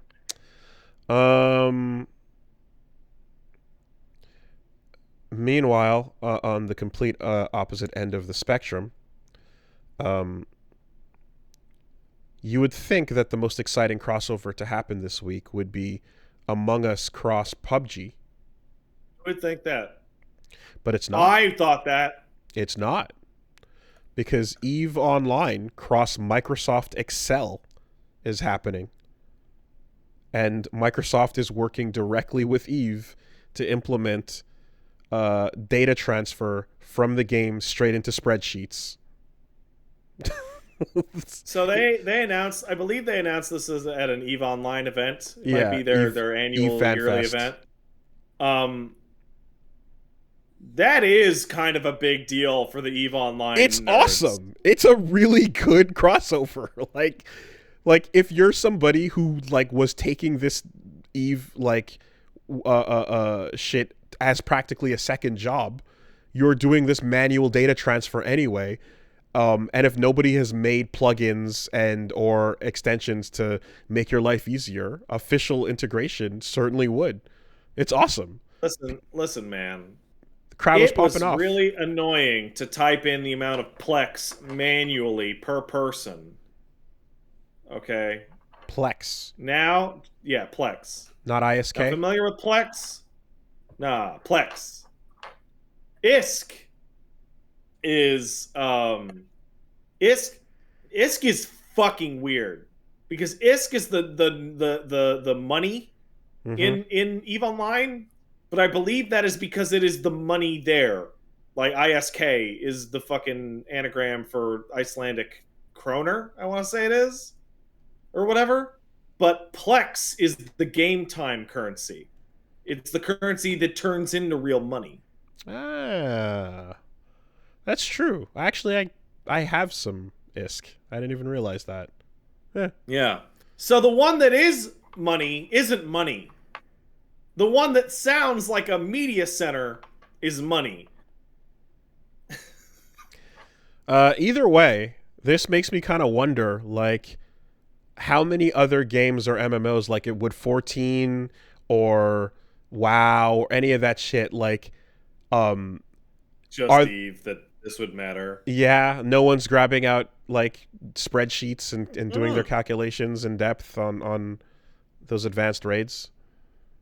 That reminds me of a 14 story this week that is of legal and fascinating significance about TOS and third party tools. Give me a second to look that up.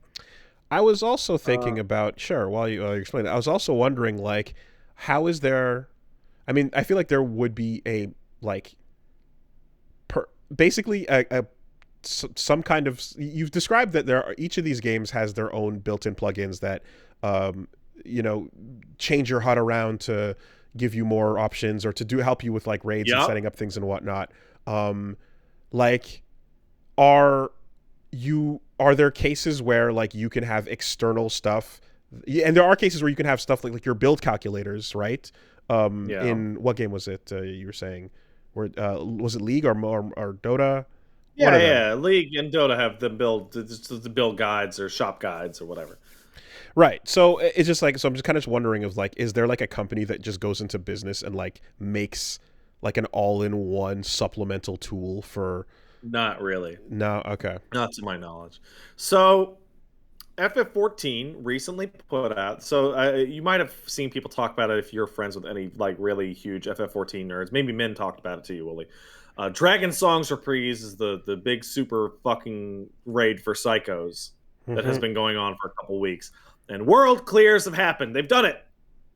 They beat Super Thornton. Congratulations. So the Final Fantasy 14 Twitter account goes forth and says the first teams to clear Dragon Song's Reprise Ultimate have emerged. Congratulations. For those of you who are still progressing, good luck as you continue on at your own pace. Now, it's kind of weird because usually in World Firsts, below would be the name of the team. And congratulations to the team. But instead, there is the following statement. We would like to add something about third party tools, so please read the next tweet. We have noticed discussions about the validity of third party tools and would like to reiterate our stance against the usage of such tools. And here's a statement by Yoshida that says, blah, blah, blah, please do not use third party tools and such unauthorized programs in the game. And this is a long-standing weird game of chicken between FF14 and Square and everyone who plays the game at a serious level, because there are things there's a wide variety of mods you could use in a game like this. You could use Discord's voice communication, which is not technically a third party tool, right? But nobody counts that, right? Then there's your fucked up big titty mods to make your character Of a course, porno freak, naturally. which they've said, hey, stop showing people that. You can do it, I guess, but stop it. It's gross. Then you have ACT, which is a what's called a parser, and it basically records DPS, and you can upload that to FF logs, and that will tell you, hey, you might want to work on your rotation here. You didn't have this buff up. Your timing's a little off, etc. And then you have the final thing, which is what they're really talking about, which is ACT call out triggers, in which all FF14 sequence bosses are on timers that are more or less exact, And so what you can do is if everyone's running act, you can program in the robot to call out what you're supposed to do at every second of the fight. Automatically, like, And basically nullifying the need to memorize they it. used to have the ability to actually place markers down, so like at like dynamically, To ping people and to it would go literally places be and do like, go things. here, go here, go Okay. here, go here, go here. And the issue is that the ultimate shit is so fucking hard that the world first people they put up their video of them beating it, and there's call outs going in from a robot. And then we get into the discussion of like, well, what's the difference between a human doing the call out, like me and my guys when we play on Sunday? My friend Vel does the call outs. He goes, hey, everybody, lightning's coming up, or whatever the fuck. But then there's all these little granular ads of automation, and they're all against the rules. But the FF14 team always says like, yeah, well, we know there's features in the game that aren't there yet, so we understand why people would want to use the tools but don't use the tools, but really just don't get caught using the tools. And it's a whole fucking mess. And it leads to them not actually congratulating the world first team. Wow. And Okay. And it feels like this is above the team's decision. It's a philosophical question about the design of the game, right? And I feel as if, like, well, whatever, to go back to the old faithful, fighting games have had to question what level of input should be okay on a stick when you play, right? And if there's exploits you can use that are in the game that you can do with your fingers, like option selects, those are okay, but you can't have macros for like a complete like one frame link combo that'll do 100%. For you, you know? So the way that it's always worked in 14 is very simply, there's no way to tell exactly what your DPS is in game. There's absolutely no way to tell what your optimum rotation is in the game.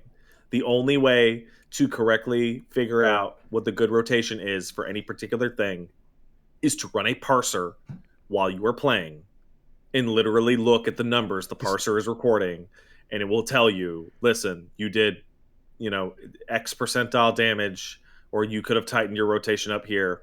And the raids they put out are so difficult that the idea that you could actually clear them by ballparking it in your head is fucking stupid. And there are features that people have been suspended for in the past while being told, well, we're going to integrate an official version of what you're doing right now. Huh. Okay.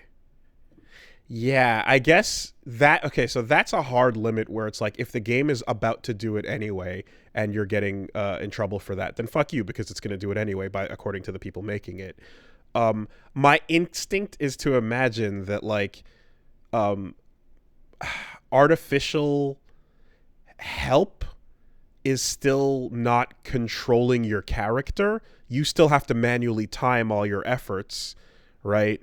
So that's the limit of what should be acceptable, if there's a ghost on the track that shows you the best way to beat the fastest course, but you have to, of course, actually still control it and follow the ghost properly, that's still your inputs deciding whether or not you succeed or fail.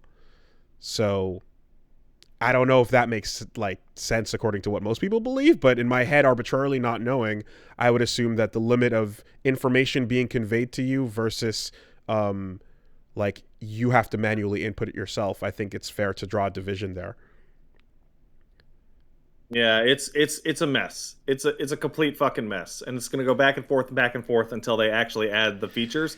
The issue is, the most contentious one by far is the DPS meter, and that is philosophical for a different reason. They're afraid of putting a DPS meter in the game because the instant you do that, you can ask people what their number is and then shit all over them for it. If it's not high enough, right? Yeah. And you can't just look at the boss's life bar depletion rate because everyone's contributing to that, right?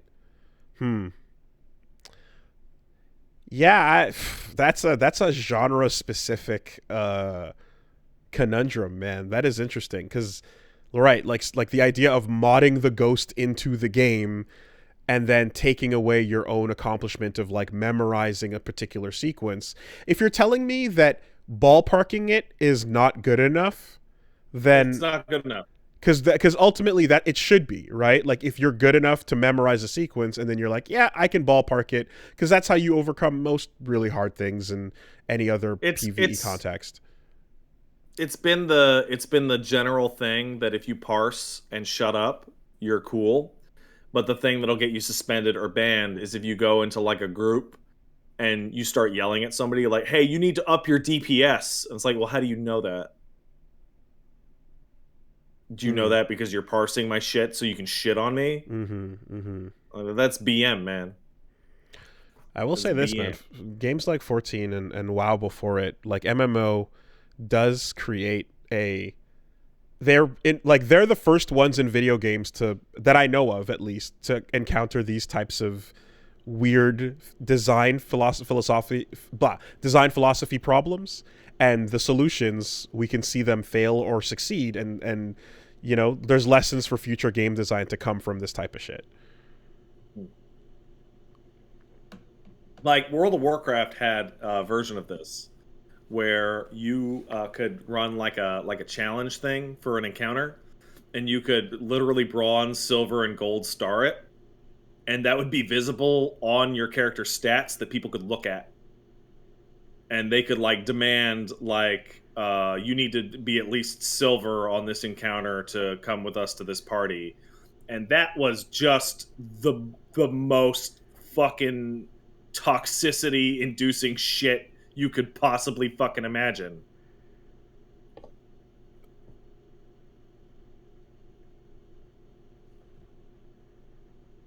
Yeah. It's a mess. It's weird. Okay. I'm curious how stuff like that plays out, because I couldn't begin to answer, but again, I'm also like looking at this from the outside. Anyways, what else is going on?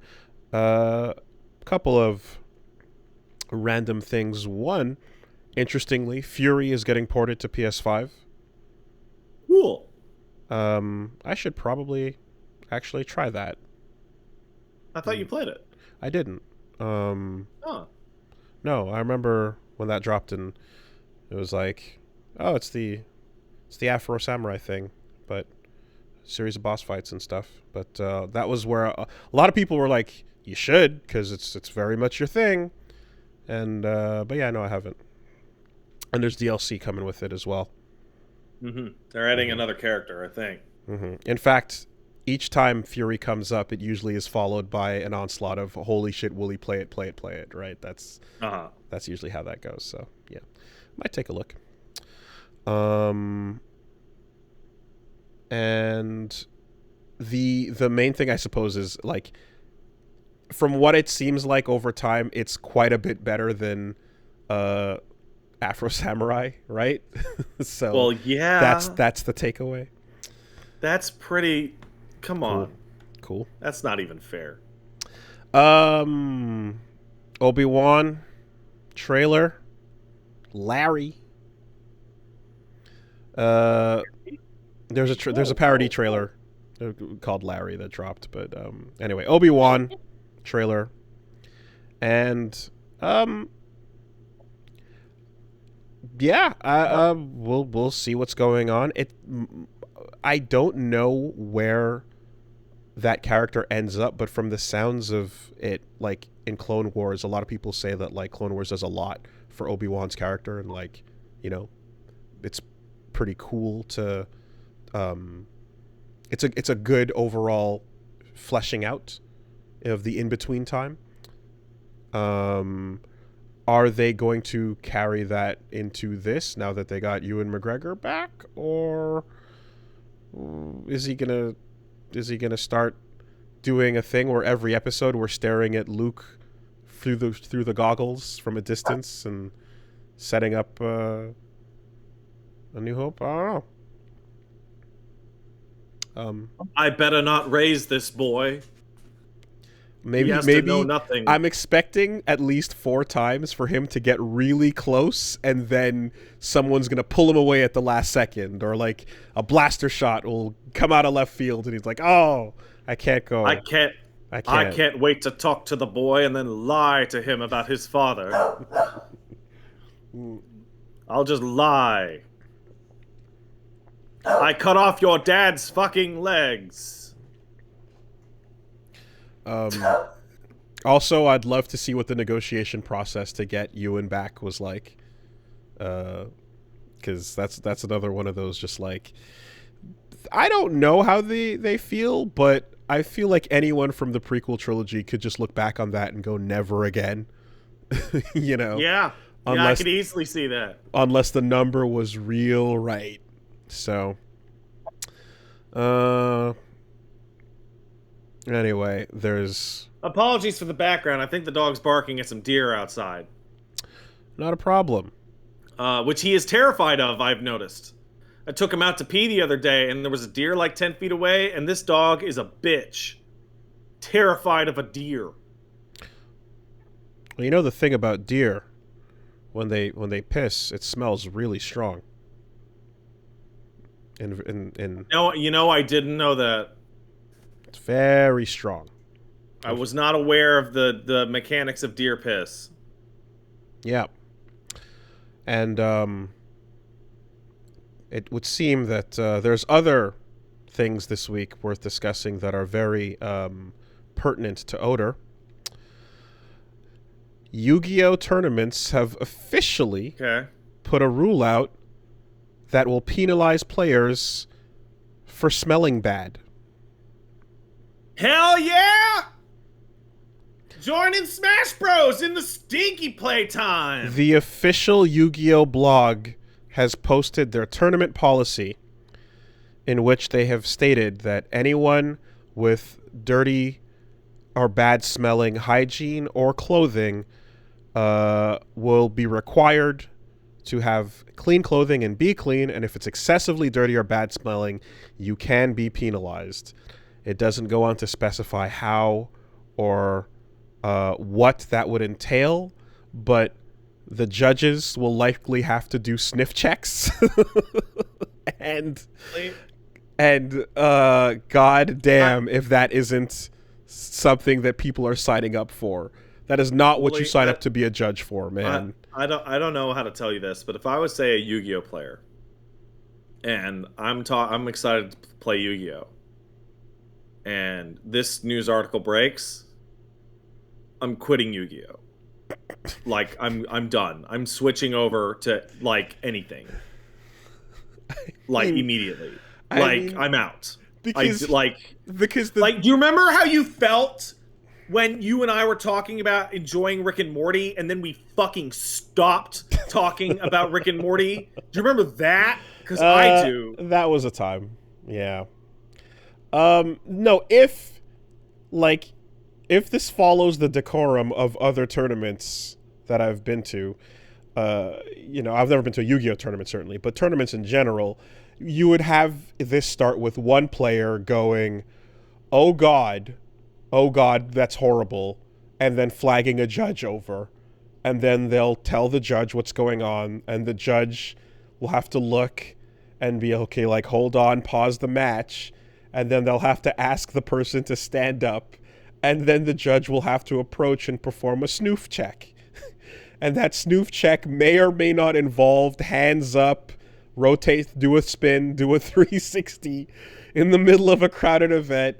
And it might be just the most horrifying, traumatizing shit ever.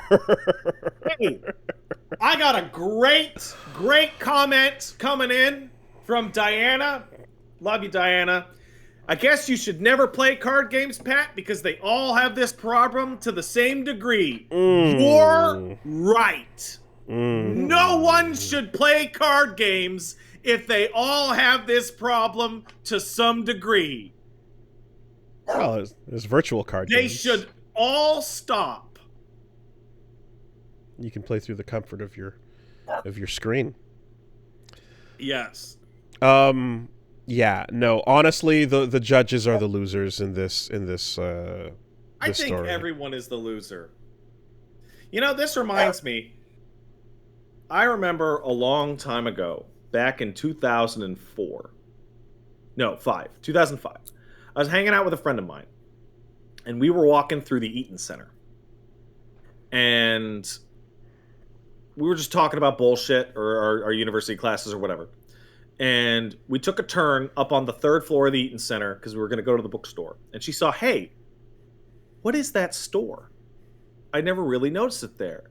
And I said, no, God don't! Games As she Workshop. crossed the threshold into the Games Workshop. Boy. And I just saw her from the back. I saw her shoulders go up and her body like physically crinkle. Yeah.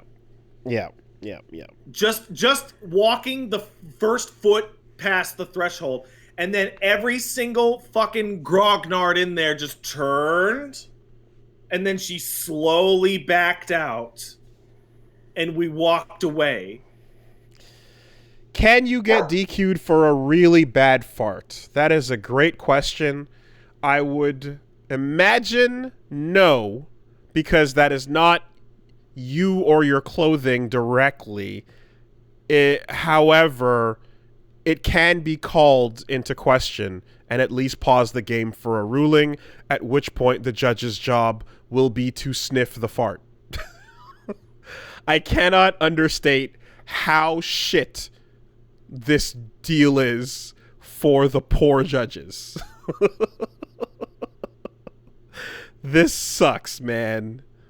I just and if they, of course, if they get close, the judge can detect that, hold on a minute, that is rank, that does smell like ass, but it is in fact not just ass in a temporary transient fart state, but it is the full-on undercarriage ball sweat smell that is coming forth.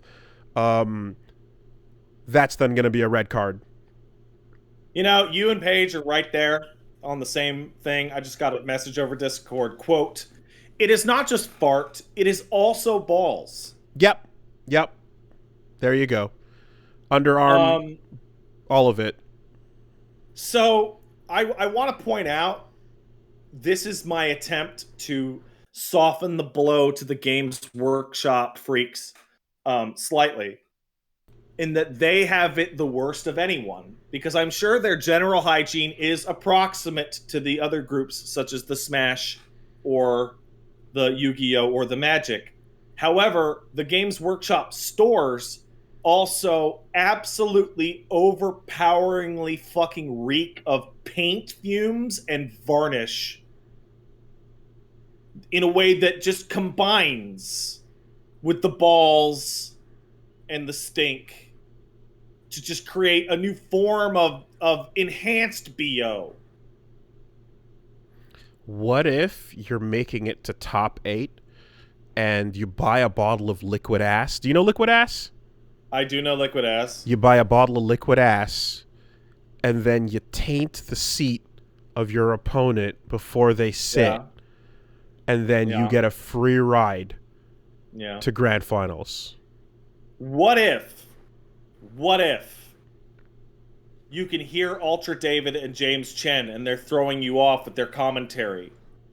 So when they're taking a break, you spray down the announce table, and then you're like, James Chen and Ultra David smell so badly that I cannot compete.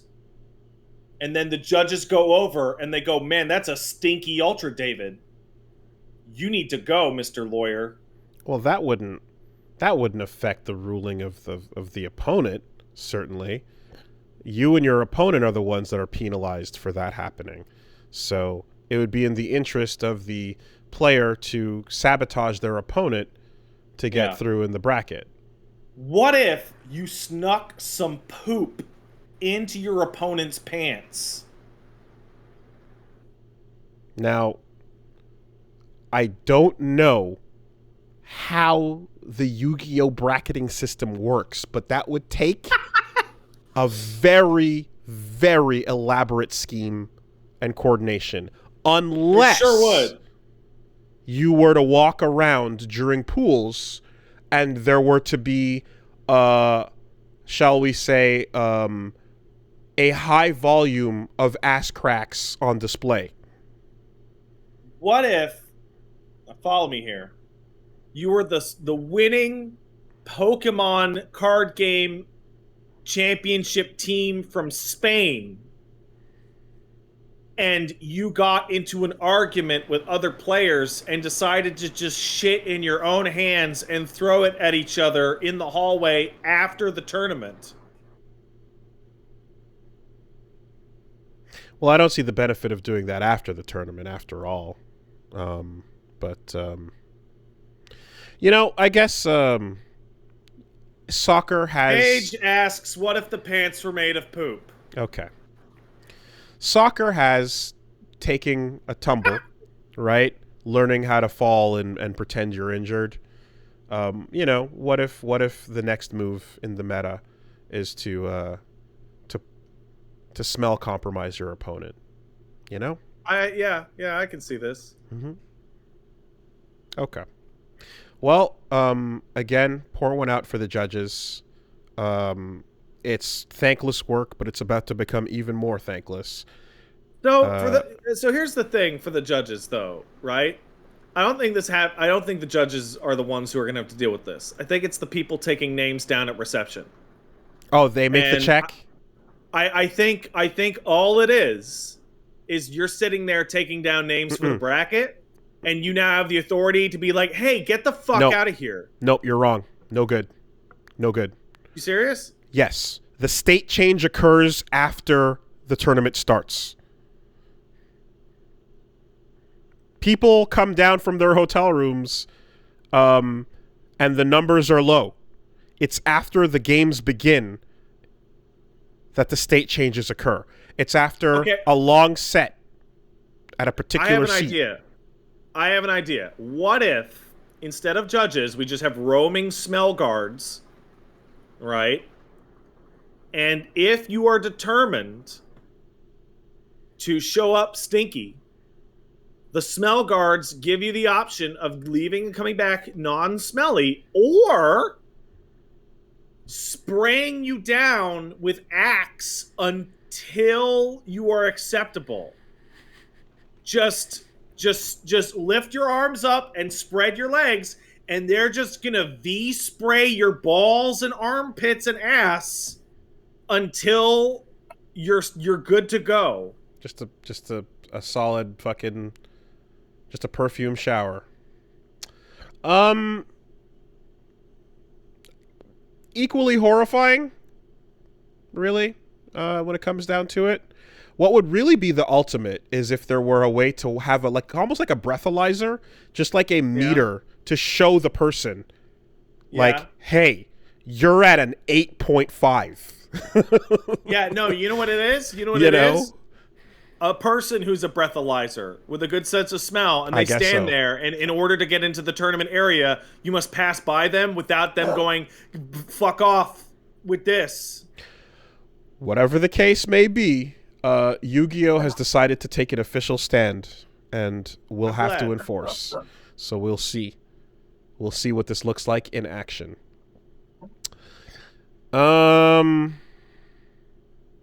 Yeah. All right. Let's move on. There's a thing about WWE is going to make an RPG at some point, but yeah, I'll believe it when I see it. Well, yeah. All right, Steph. Sure, whatever.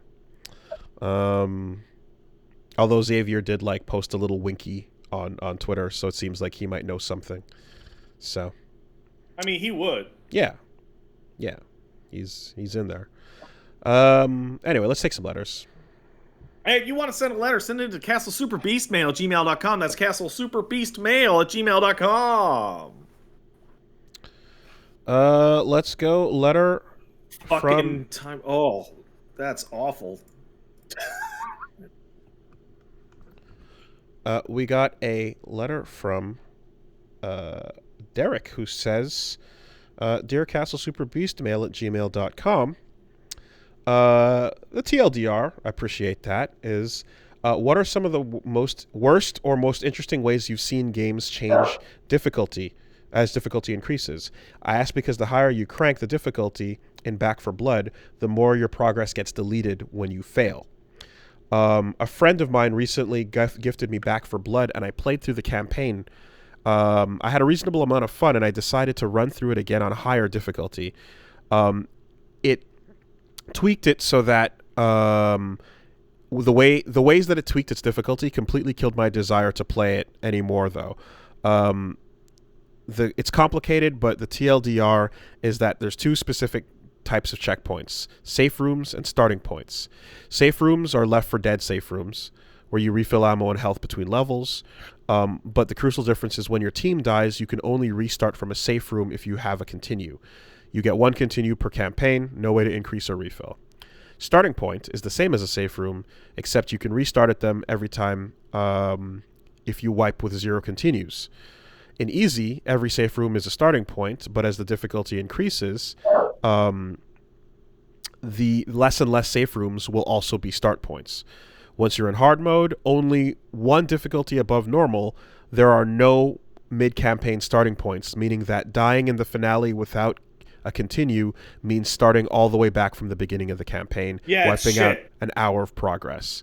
I'm all for playing hard games, but having difficulty sliders that increase how much of my time is wasted when I fail killed my desire to keep going through the difficulties.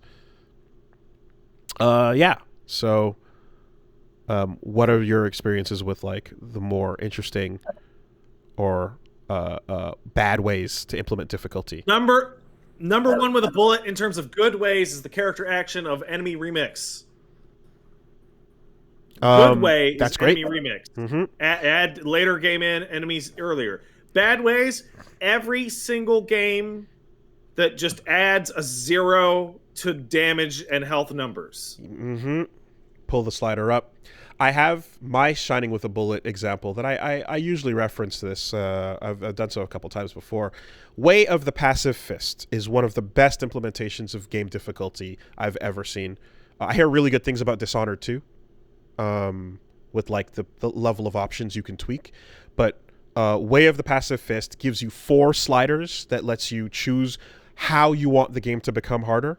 It lets you increase enemy strength, like just straight up slide the health and damage up.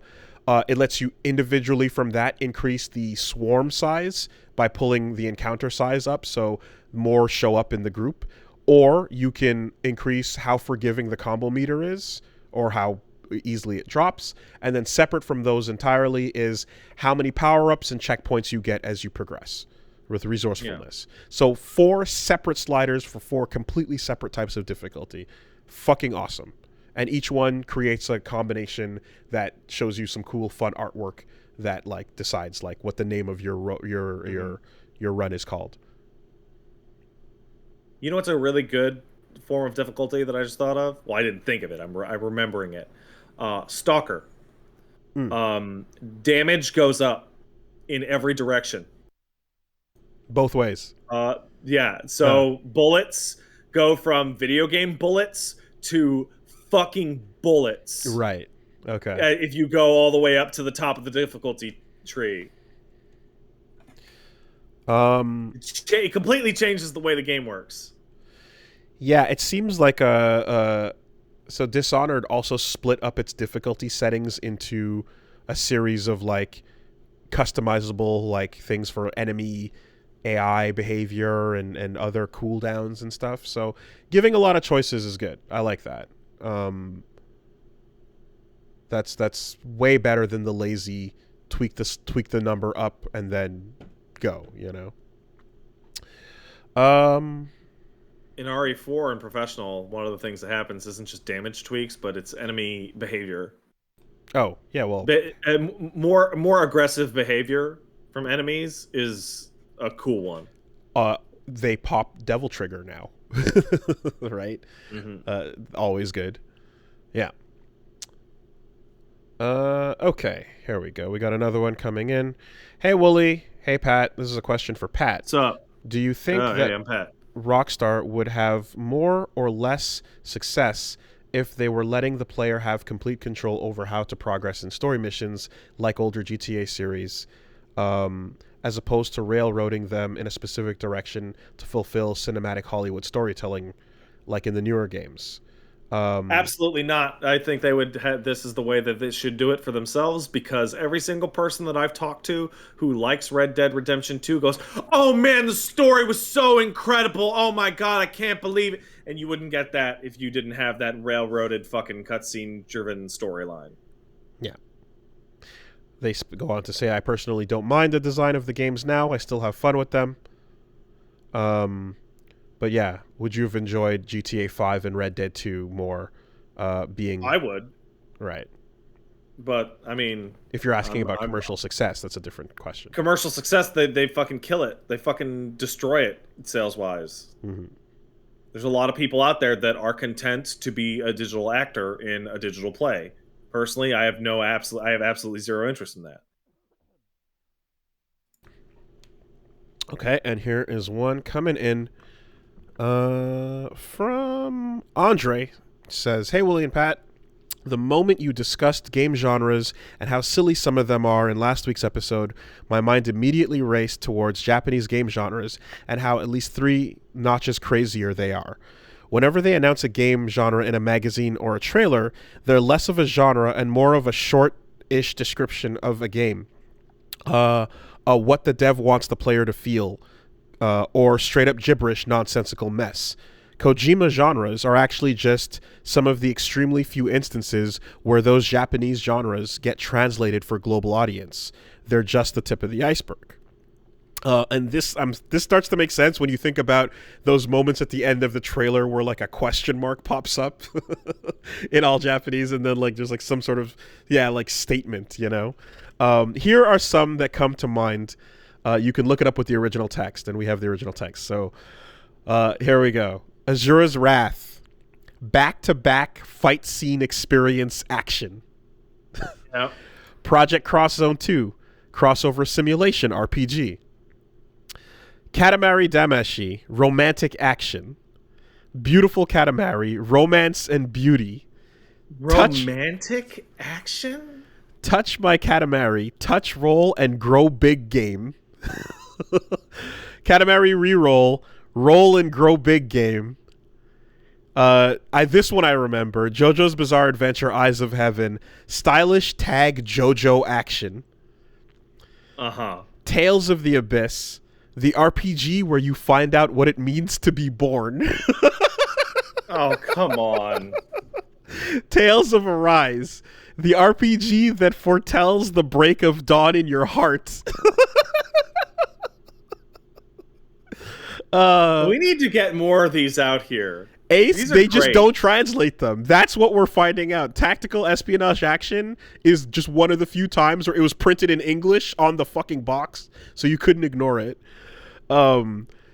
Ace Combat Assault Horizon, supersonic grand destruction shooting. That's true. Yeah. Gunvolt, light novel 2D action. Persona 4 Dancing All Night, P-Sound action. X-Troopers, manga-like exhilarating action. Steins Gate, Hypothesis Science Adventure. Oh.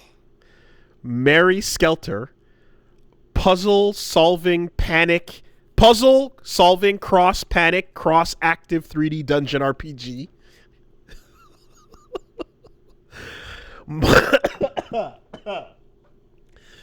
Modern day school novel like 2D fighting game, pure light novelized 2D versus game, Under Night in Birth. Of course. That is to say. Of course. Castle Panzers, Boobs and Butts RPG. Okay, well that's on us. Senran Kagura, Big Boobs Hyper Battle. You know. Valkyrie Drive, Aggressive Big Boobs Hyper Battle. Well, that answers that. That answers that. It's not just a Kojima. Those should be on the box. Those should all be on the box. Every single one. He's the only one. They kept those words in, but many games have been doing this. And these are probably those moments where they go, Mr. Director, is there any message you have for the fans? And they say, please look forward to it. Please get excited. And please, then they'll say, we want you to experience this. Please experience the big boobs and butt in your soul. What it means to be born. Yeah, do it. Yeah. Come on. And you know what? This. Yeah, and extra shout outs, Andre, for including all the katakana as well. For the like That's absolute. A great email. God That's damn. a great email. Thank you for that email. I've learned something today. We never get to learn anything. Appreciate the good ones, folks. I appreciate the good ones coming in. Very nice. Good work. Good business. All right? All right. I'll call that the finish line. Have a good week, everybody. Stay safe out there.